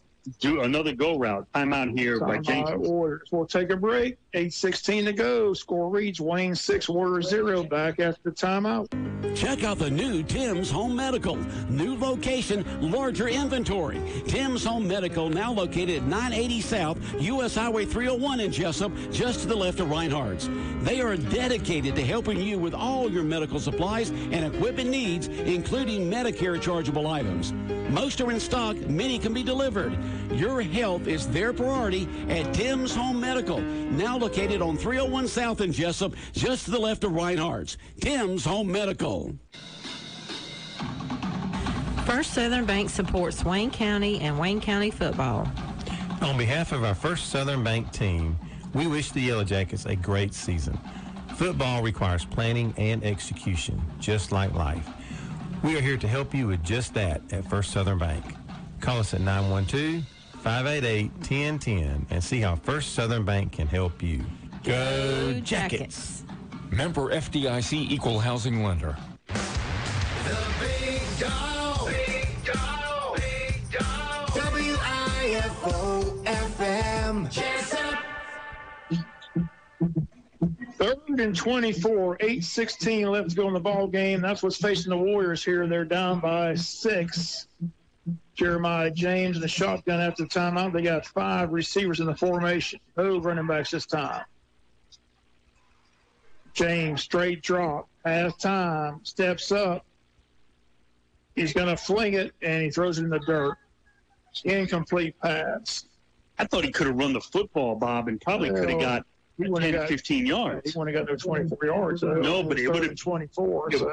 It would have made it a more manageable. I don't think they got a field goal kicker, Joe. No. They got no kicking game at all. 4th and 24, 8:08 to go. Throw it in the end zone. Wayne County is going to get the ball back after this play. They got to heave it downfield. That was a terrible pass. I don't know if it slipped out of his hands or what, but he was running and then threw it right in the dirt. 5 wide receivers. Good. Grace a day. Another timeout. Another timeout. Break any action. We'll take one as well. 8:08 to go. They got 1 left. Score reads Wayne 6, Warriors 0. Back after the timeout. Attention hunters. With fall fast approaching, that means deer season is right around the corner. So when you start planting those food plots, come by and see us at the Trademark. We have a variety of food plot mixes, including a 3-way deer mix, a 6-way mix, iron clays, rape, clover, radishes, even lime and fertilizer, deer feeders, corn, and deer attractant. Pretty much anything for the hunter, including guns and ammo. We're located at 3689 Savannah Highway, across from the drive-in in Jesup. Or you can call us at 427-6966. Garden to Guns, the Trademark. legal battle comes your way, you want the best team in that courthouse. Our Jackets take the field prepared and ready to go. And like the Jackets, we stay prepared for any legal challenge. Now, we might not answer the phone in the shower, and it might take more than one call, maybe even two, but we're ready to fight for you. If you or your loved one has been injured or you're facing any other legal battle, give us a call. Tracy Allen Brown, 912-427-2504 or www.youneedbrown.com.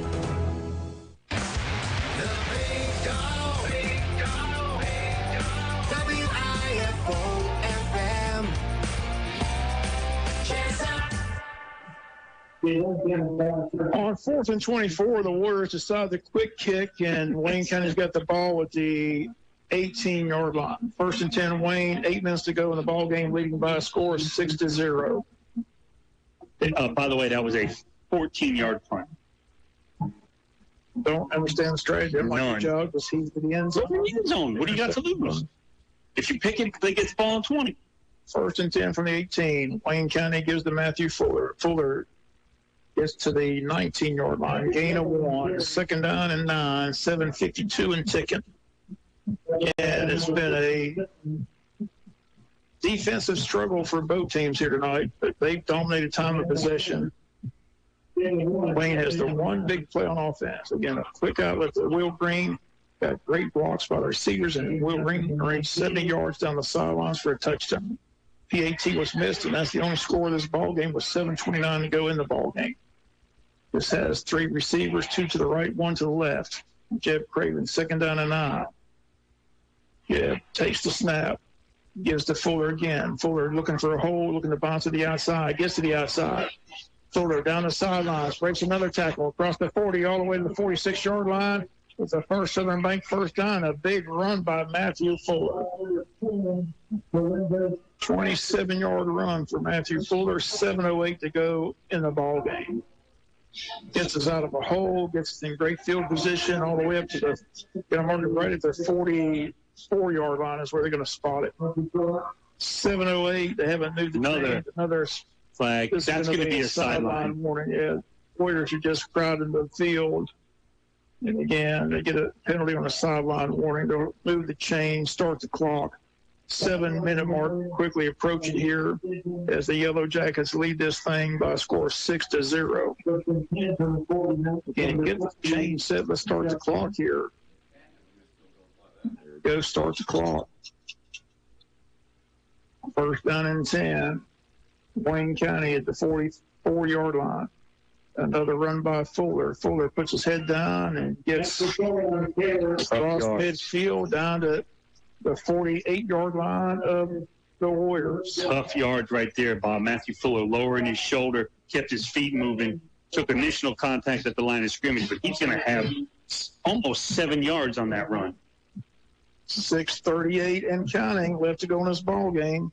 Wayne County's offense on the move, trying to put this game on ice. We lead it by a 6-point lead. 6-0 is the score. 2nd down.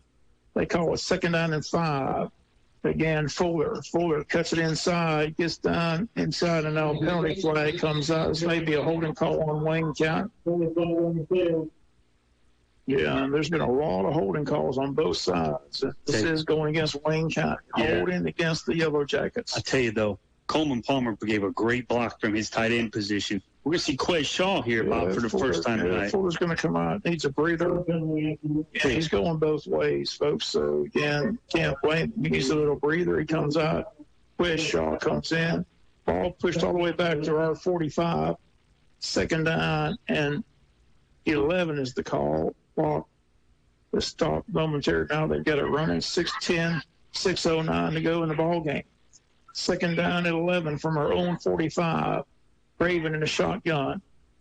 Going to get a quick. Nope, he's going to throw it. He's got his man complete, number 7. That is Eric Hodges, but he falls down after the catch. He had to go down. Excuse me, Bob. He had to go down just a little bit to get and couldn't keep his feet. Really nice catch by Eric Hodges. Good to see him. Bobby took a pretty, I would call it a cheap shot, blindside block over the Appleton games. Good to see him back in the offense. You know, as this season goes on, he's going to be a really important piece of this offense, Bob, moving forward. He can do it all. 3rd down and 8. 5:29 and counting left to go in this ball game. This is a key third down for Wayne County. I think we don't make it. We punt this ball away and make them drive the field, but hopefully we can pick it up here. 3rd and 8. Going to run with Shaw. Shaw puts his head down, not going to get there. It's going to be close, about 2 yards shy. See if Coach Shaw rolls the dice here. The ball's down at the 46. Got to go to the 40. We're going for it, Bob. 4th and 2, and I think we're going for it. Clock under 5 minutes.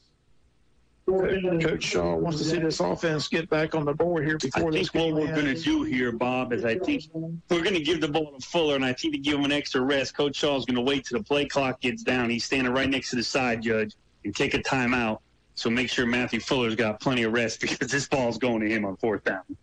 So we'll take a break. They're going to call a timeout. 4:35 left to go in the ball game. We'll be back after timeout. Wayne County leads 6-0. I'm Brent Davis with Jesup Furniture Outlet. In 1973, our father Roy opened the doors with an idea of selling quality furniture at a discounted price. 50 years later, my brother Jake and I have the same dedication to quality and customer service that has made Jesup Furniture Outlet a household name. You'll never pay retail after you see our outlet prices. Stop in today at Jesup Furniture Outlet, 651 Scranton Road in Brunswick, Georgia, where you'll find great furniture and always the best price. For those who measure their day in acres instead of hours, working with folks who understand your farm can give you peace of mind. At Ag South Farm Credit, we appreciate what farmers do to feed and clothe the rest of us. And we understand what you do because we are involved in farming too. Give Ian Green a call at Ag South Farm Credit in Jesup to see how they can be a partner with you on your farm's financing needs. The Big Dog. Big Dog. Big Dog. WIFO-FM. Jesup. Welcome back. 27, 4th and 2. Wayne's going to roll the dice and go for it. And Joe and everybody thinks that Matthew Fuller's going to run Wildcat. Matthew Fuller puts his head down. I don't think he got there. Nope. Warriors stop him on 4th and 2. They run Wildcat, and Wayne County doesn't get there, and the Warriors going to get great field position at the 45-yard line. They only have one timeout left, though, 4:23 to go, and this still is anybody's ball game. So we ran Wildcat. We called timeout to give Fuller as much rest as possible, but tip your cap to the Warriors defense. They knew he was coming. They were able to stop him from the Wildcat formation, a yard shy of the first down marker. So we're at 4:23 left to go in this ball game. The Warriors get the ball back. James is showing the ability to throw the ball, Joe. That's what scares you. They've got some receivers who can go get it as well. Again, clinging to a 6-0 lead with 4:23 left to go in this ball game, and they've got the ball here. So got to hold on and hopefully can keep them out of the end zone. They run it right up the middle for no gain. Griffin Phelps, Bob, great job plugging the hole and just getting those legs and holding on. He again, very, very active in the run game. Read that beautifully. 2nd down and 9. Clock under 4 minutes. 4 minutes left, folks. Trying to hang on and get this win here on homecoming night against the Warriors of Jenkins. We lead 6-0. 2nd down and 9 for the Warriors. They're at their own 46-yard line. Clock close at 3:45 and ticking here. 2nd down and 9. James in a shotgun. Gets a good snap. Back to pass. We're rushing him. He steps up, throws, incomplete. Brings up 3rd down and 9. Clock stopped at 3:32 left to go in the ball game. There was that man again in coverage, Bob. Number 28, Griffin Phelps, did a good job. He dropped back into coverage, standing in the middle of the field, nowhere for the Jenkins quarterback to go with the football. Almost an interception. He threw it into a lot of traffic. Bradley Wood, number 44, checks in for Wayne County defense. Our 3rd down pass rushing specialist, number 44, senior Bradley Wood. 3:32, 3rd and 9. Again, this is 4-down territory because they got to score if they want to win this ball game, and they only got 3:32 and one timeout left. So don't believe they're going to punt the ball. No. Especially if you see kind of a running play here, maybe quarterback draw or something, then you know they're playing a 4th down. 3rd down 9. James under center. Straight drop. Rolls to the right. Now he's going to step up. Now he's going to get tackled, and Wayne County wraps it up around the field. Here's that man again, Bob. He's had a fantastic game. Great job by Griffin Phelps, because there was a little bit of running room there, and he made a great open field tackle. This is going to be a big 4th and 5. Yeah, they made it manageable, though, 4th and 5. And this quarterback's dangerous when he gets an open field. Yes. Jeremiah James, 6'4", 220 is what they got him listed as. He's a good-looking athlete. Clocks are running under 3 minutes, 2:52 and counting. This could seal it, I think, if Wayne County gets the ball back, because they only have one timeout left. Yeah. 4th down and 5.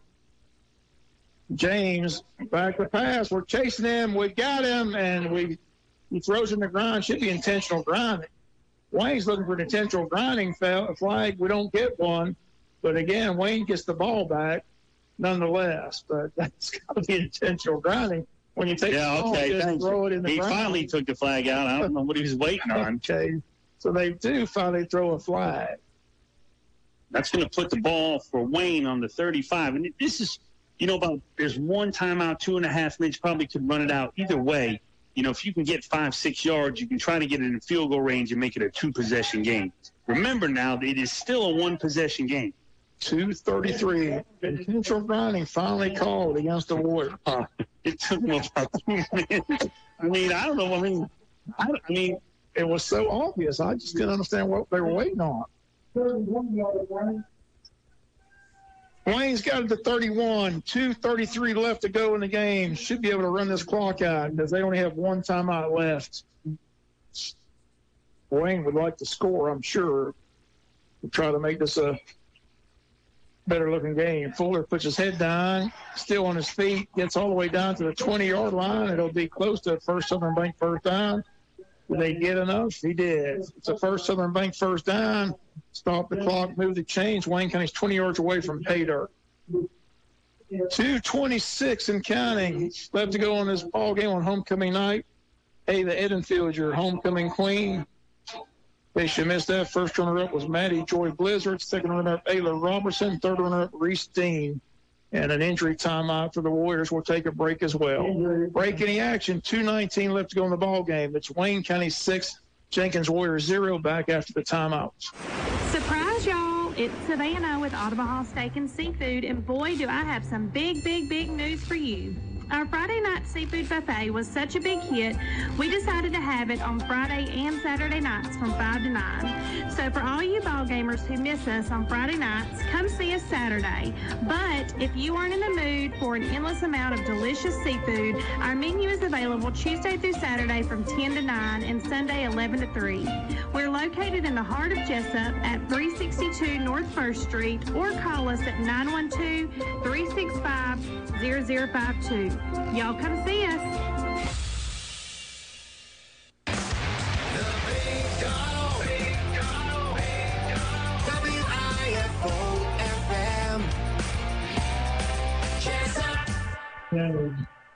Wayne County, second down to 9, a 1-yard gain. Clock's under 2 minutes, though, left to go in this ball game. Again, Wayne County has 2 timeouts left. The Warriors still with 1, but they're not going to call a timeout.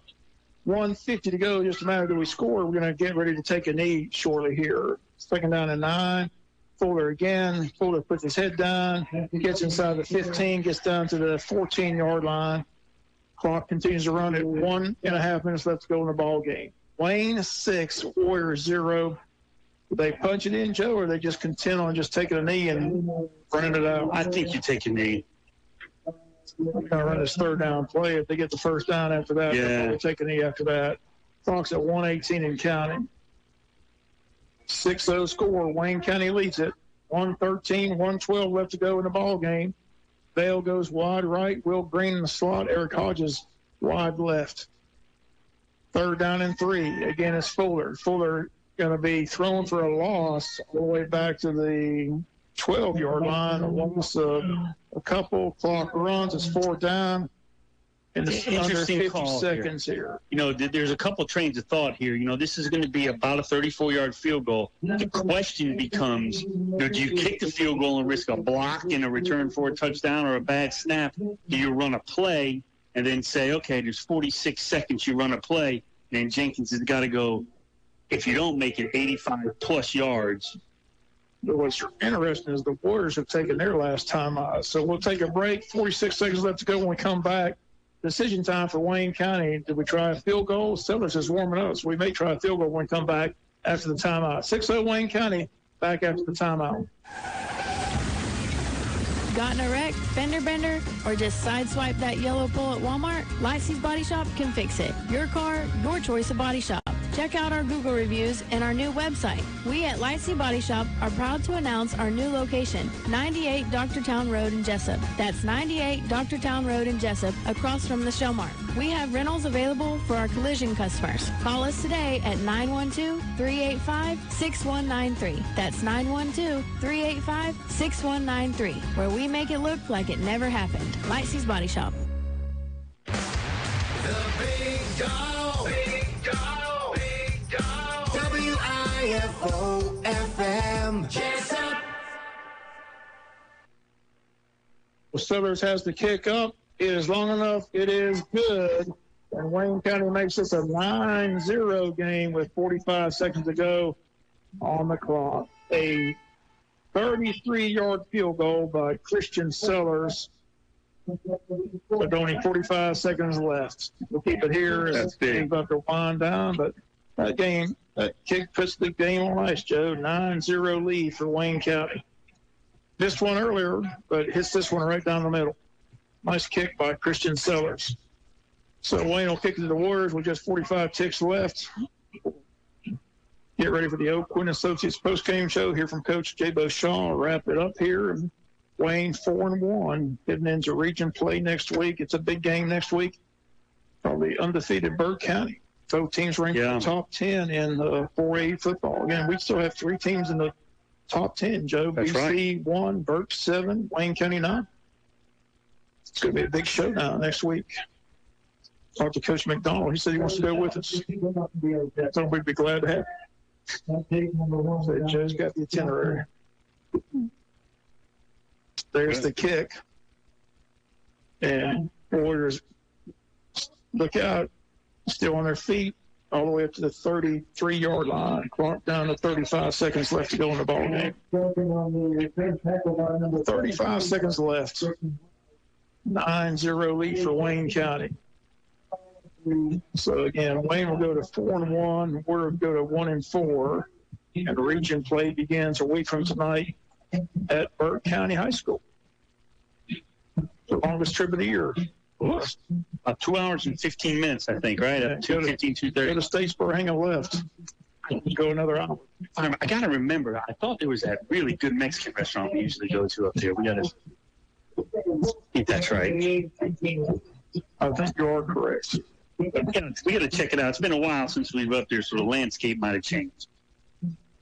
9-0 ball game. Warriors, again, have the ball first and 10 from their own 29-yard line.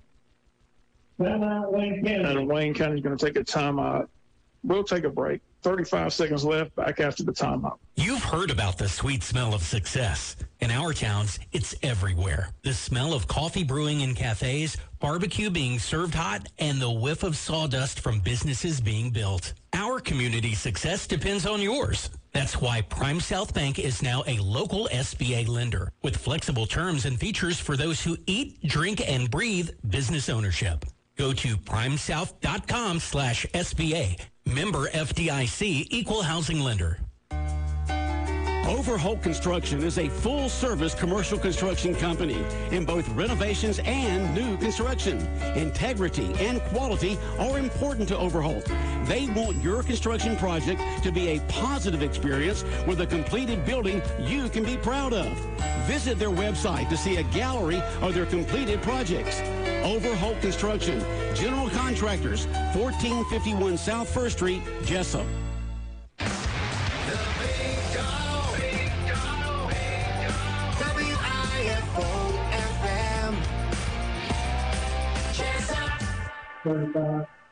16 seconds remain. They ran a play. They ran another play. James going to heave it downfield, all the way downfield, incomplete. Really good coverage, Bob, by number 6, Matthew Milton. Left.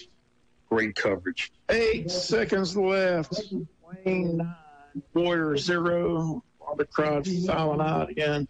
You're in your car driving home. Drive safely. Have a great weekend. Nice weekend of college football. Georgia Southern, Ball State tomorrow. The game starts at 10, kickoff at 2. Tech in action at Wake Forest. And Georgia at home. UAB is the opponent. University of Alabama, Birmingham. Another cupcake team on the schedule, and head to Auburn after that. 1 play or 2 plays left, 8 seconds left here. And stay tuned for the Oakland Associates postgame show. We'll recap the scoring, hear from Coach Jay Beauchamp, and recap the homecoming queen in her court. Long pass downfield. Wayne County defenders are there. It's incomplete. 2.4 seconds remain. Hold on injury. Perry Simpson went up to get that ball and came down kind of funny. Got another injury timeout with 2.4 seconds remaining. So we got another break here. So we'll take it as well. 2.4 seconds remain. Injury timeout. We come back. Wayne County 9, Warriors 0. Building a home or business with 27 mixers and 8 locations in Southeast Georgia to serve you, Mobile Concrete has just what you need to ensure you have a rock-solid foundation. No job is too big or too small for Mobile Concrete. Mobile Concrete supplies ready-mixed concrete for all residential and commercial jobs. All Mobile Concrete plants are GDOT certified with Georgia DOT certified dispatchers at each plant location. Mobile Concrete now has locations in Allenhurst, Baxley, Brunswick, Darien, Glenville, Hazlehurst, Jesup, and Nahana. Mobile Concrete has you covered. They can also handle all your sand and gravel needs. Call today, 912-427-2330. Mobile Concrete says go Wayne County. The Big Dog. Big Dog. Big Dog. WIFO-FM. Jesup. Seconds left. They're heaving it downfield one more time. This one's going to be incomplete as well, and that's your ball game. Final score on homecoming night is the Wayne County Yellow Jackets 9, the Warriors at Jenkins 0. 6 straight shutout quarters by the Wayne County defense, going back to last weekend shutout in the second half, and they pitch a shutout here tonight against the Warriors with their talented quarterback, Jeremiah James. Final score once again, Wayne County 9, Warriors 0. Stay tuned now for the Oakland Associates postgame show coming your way after the timeout. Do you know why most people don't invest outside work or at all? Because they don't know where to start and they don't know who to talk with. If this is you, give me a call. Hi, this is Sean O'Quinn. I can help set up a plan no matter where you are in life to get you on a suitable path to a sound financial future. Give me a call, Sean O'Quinn, at 912-385-1000 or stop by the office at 212 South 1st Street right here in Jesup. That number again is 912-385-1000. Damon's Famous Fingers and Wings is a place to eat when it comes to great food, whether it's their famous wings or a burger and fries, chicken tenders, maybe a salad, you name it, and Damon's has it. They're open for lunch and dinner. You can eat in or dine out. Simply call their number, 912-588-WING, 912-588-9464. Damon's also has their variety of sauces, mild, wild, insane, and inferno. That's Damon's Famous Fingers and Wings in Jesup. When it comes to dining out, let there be no doubt. Damon's Famous Fingers and Wings in Jesup just can't be beat. Located at 334 West Cherry Street in Jesup, Damon's Restaurant says go Wayne County. For all your medication needs, call or come see the friendly professional staff at Jones Prescription Shop.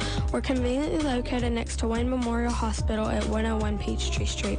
We have a drive-through and offer free delivery. Jones Prescription Shop is locally owned and has been proudly serving Wayne and surrounding counties since 1985. We accept most insurance plans and have competitive prices for those uninsured. We would love to serve you. Give Jones Prescription Shop a call today at 912-427-8825. That's 912-427-8825. Go Jackets. You see them all over our area. The Hendricks hauling trucks, hauling everything from dirt, rock, sand, and asphalt. But Hendricks Hauling does so much more. They do land clearing, site prep, pond digging, road building, and more. Call them for a free estimate. Hendricks Hauling is always hiring. Licensed and insured. Family owned and operated since 1951. Check with Hendricks Hauling to find out about all their services. Hendricks Hauling, 3600 Rainier Road in Jesup. Give them a call at 912-427-6395. That's 427-6395.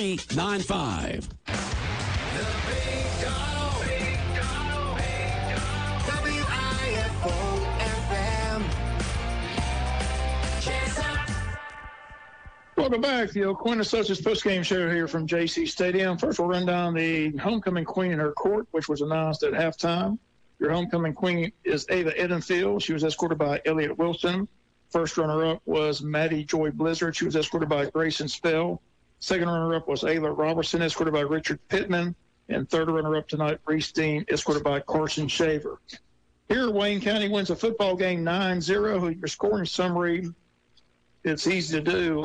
Wayne County, on their first possession, went 2 plays and went all the way down the field. First play went 20 yards from the 8 to the 30, run by Matthew Fuller, and a 70-yard touchdown pass from Jeff Craven to Will Green. Wayne County led 3:28 first quarter. PAT missed 6-0. And the only other score was a 33-yard field goal with 45 ticks left to go in the ball game by Christian Sellers to make the final 9-0. Again, this was a game that was time of possession totally dominated by the Warriors of Jenkins High School. Wayne County only had the ball twice in the entire first half. Wayne County gets out of here with a 9-0 win.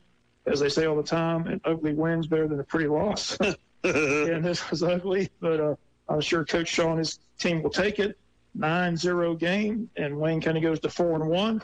And the good news is we're right where we were last year, heading into the region play at 4-1. Listen, Jenkins' strategy, Bob, we talked about Jenkins' strategy was real simple. Shorten the game, try to make it a one-possession game in the fourth quarter. They were able to do that. They made a lot of mistakes. Give the Wayne County Yellow Jacket defense credit, Bob. Played an excellent game. Really didn't allow them to get into the red zone. That one time here at the end, but that's really it. We kind of had moved the football. They made some mistakes, but we made stops when we had to. Man, that's going to be a long trip back from Savannah because they had a 2nd and 4 from our 11, got a holding penalty, and then they got unsportsmanlike because they ran a touchdown that was called back.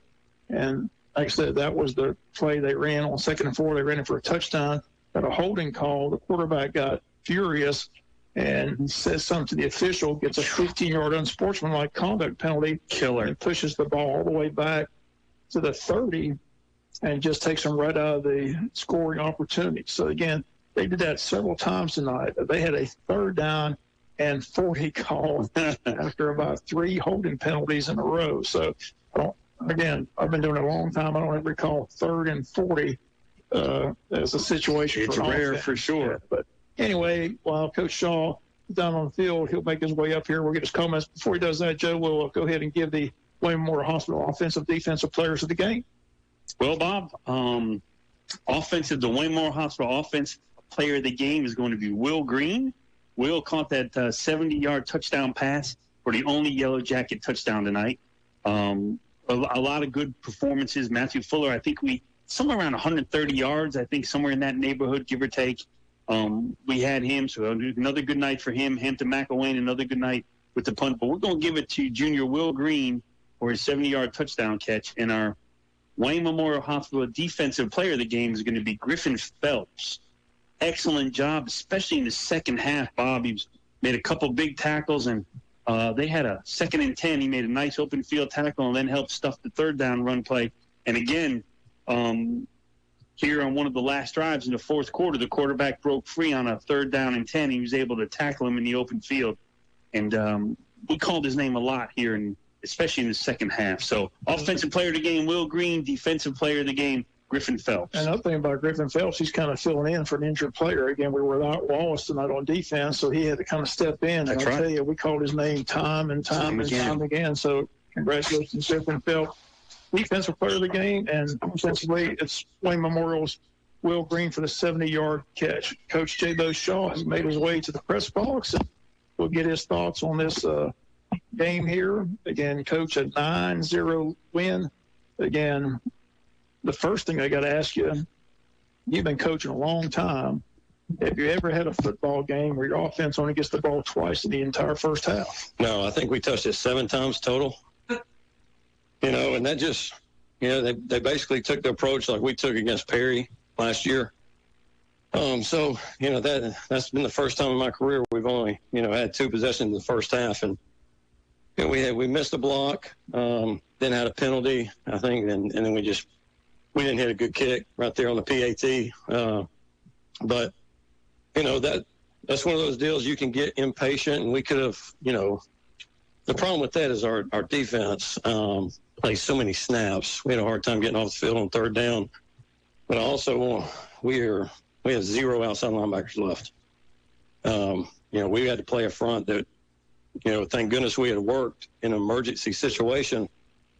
So, it was one of those, the clock was the most important, and not get impatient. You saw what that did to Perry last year. When you get impatient and you try, start forcing the ball and start doing some different things, then the clock stops and their offense comes back on, and then we've got a beat up defense right now.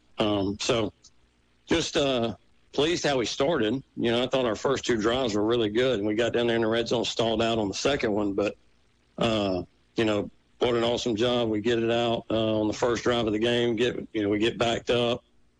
Matt pops a big run, and then, Jeb spreads it out to the field, and an awesome job blocking on the perimeter, and we were able to house call it. We're extremely beat up right now, and we got to figure out a way to try our best to get healthy and move forward. But, protect JC, we get out of here a win, and there's no such thing as an ugly win, because winning's too hard. We got to get a lot better. I mean, obviously, we're beat up in a lot of spots. New center, new right guard on offense. I've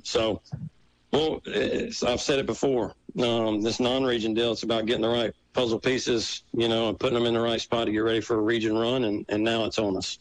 What you tell your team at halftime? Like I said, they had to be frustrated offensively, only having the ball twice.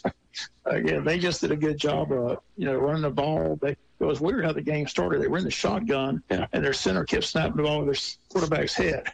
So they just totally scrapped that and go full house backfield. So I'm sure that's something you weren't prepared for. Yeah, it was kind of like, and I mentioned it on Tuesday at the Touchdown Club.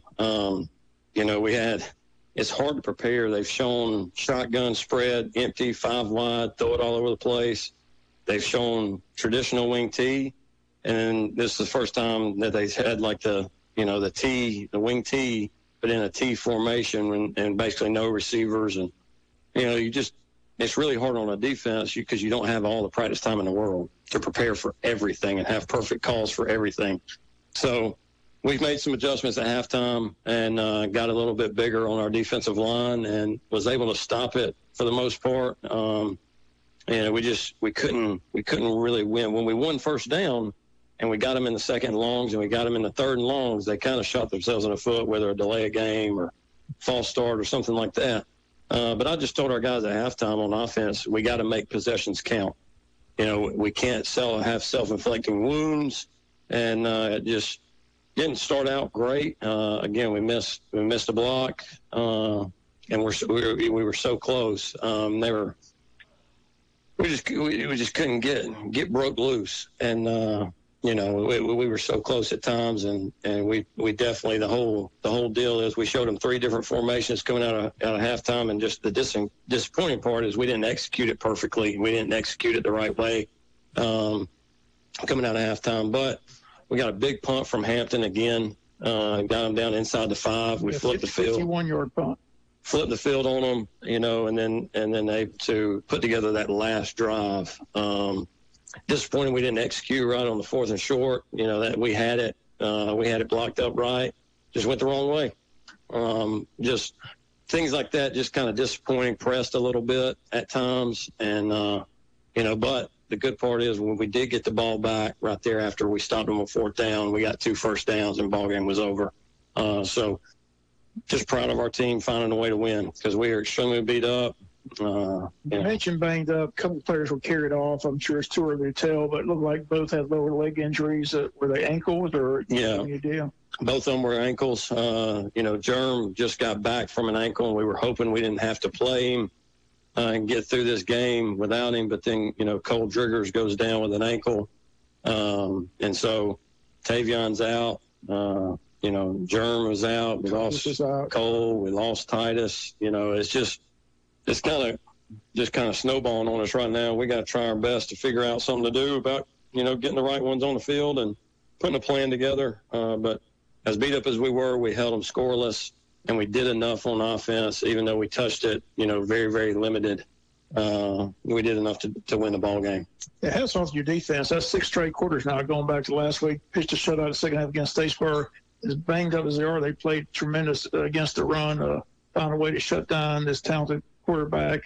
They tried to throw deep a couple times. We were there to knock those down as well. So, again, still unbeaten at Jaycee Stadium. Another big win here at home, 9-0 homecoming night. Always fun to win at homecoming. I'm not sure there's a homecoming dance, but I'm sure it'll be a dance if there is. But as I tell you all the time, when you win on Friday night, it just makes everybody's weekend a lot better, Coach. So that's right. Congrats for the win. And we'll talk about Burt next week. I know it's too early to talk about them, but that'll be a dogfight over there. But the good news is, like I said, they run that wing T. We're doing a good job this year at stopping the run. So I'm sure your coaching staff will design a nice game plan, and we'll talk about that game more in depth next week. But again, thanks again for the win. Congrats to your defense, 9-0 shutout. And again, we'll see you next week. Enjoy your weekend. Absolutely, guys. Thank you. I thought homecoming was great this week. It was a lot of fun. The parade on Thursday was awesome. And then, the pep rally today at school, I thought our guys handled it well. I thought they handled it well, and we had a good week of practice, and we were able to get out of here with a win, and that's the most important part. Were we perfect? No. But I told our team, man, it's too hard, because it wasn't too long ago where there wasn't a ball game won. We went there. It wasn't too long ago there was a season there was 0 wins. So winning's too hard not to celebrate it, even if it's not our best. And we found a way to win. And, just extremely proud of our team, extremely proud of our coaches.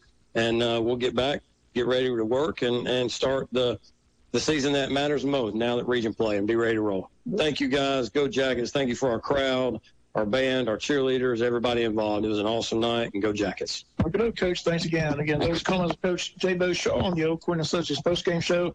That's going to do it for the broadcast. Again, the final score, Wayne County 9. And again, the Warriors 0. And once again, your homecoming queen is Ava Edenfield, escorted tonight by Elliott Wilson. Until Monday morning for local news, local sports, Bob Morgan saying so long, everyone. Have a great weekend. Are you looking for an insurance company that you can call and talk to a live person? Are you looking for an insurance company where you can walk in and talk to an agent? Are you looking for an insurance company that offers multiple companies so they can try and get you the best rate? If you said yes to any of these, then you need to call or come by Oakwin & Associates Insurance Financial Services. We offer multiple companies so we can find the best fit for you. Give us a call at 385-1000 or stop by our office at 212 South First Street right here in Jesup.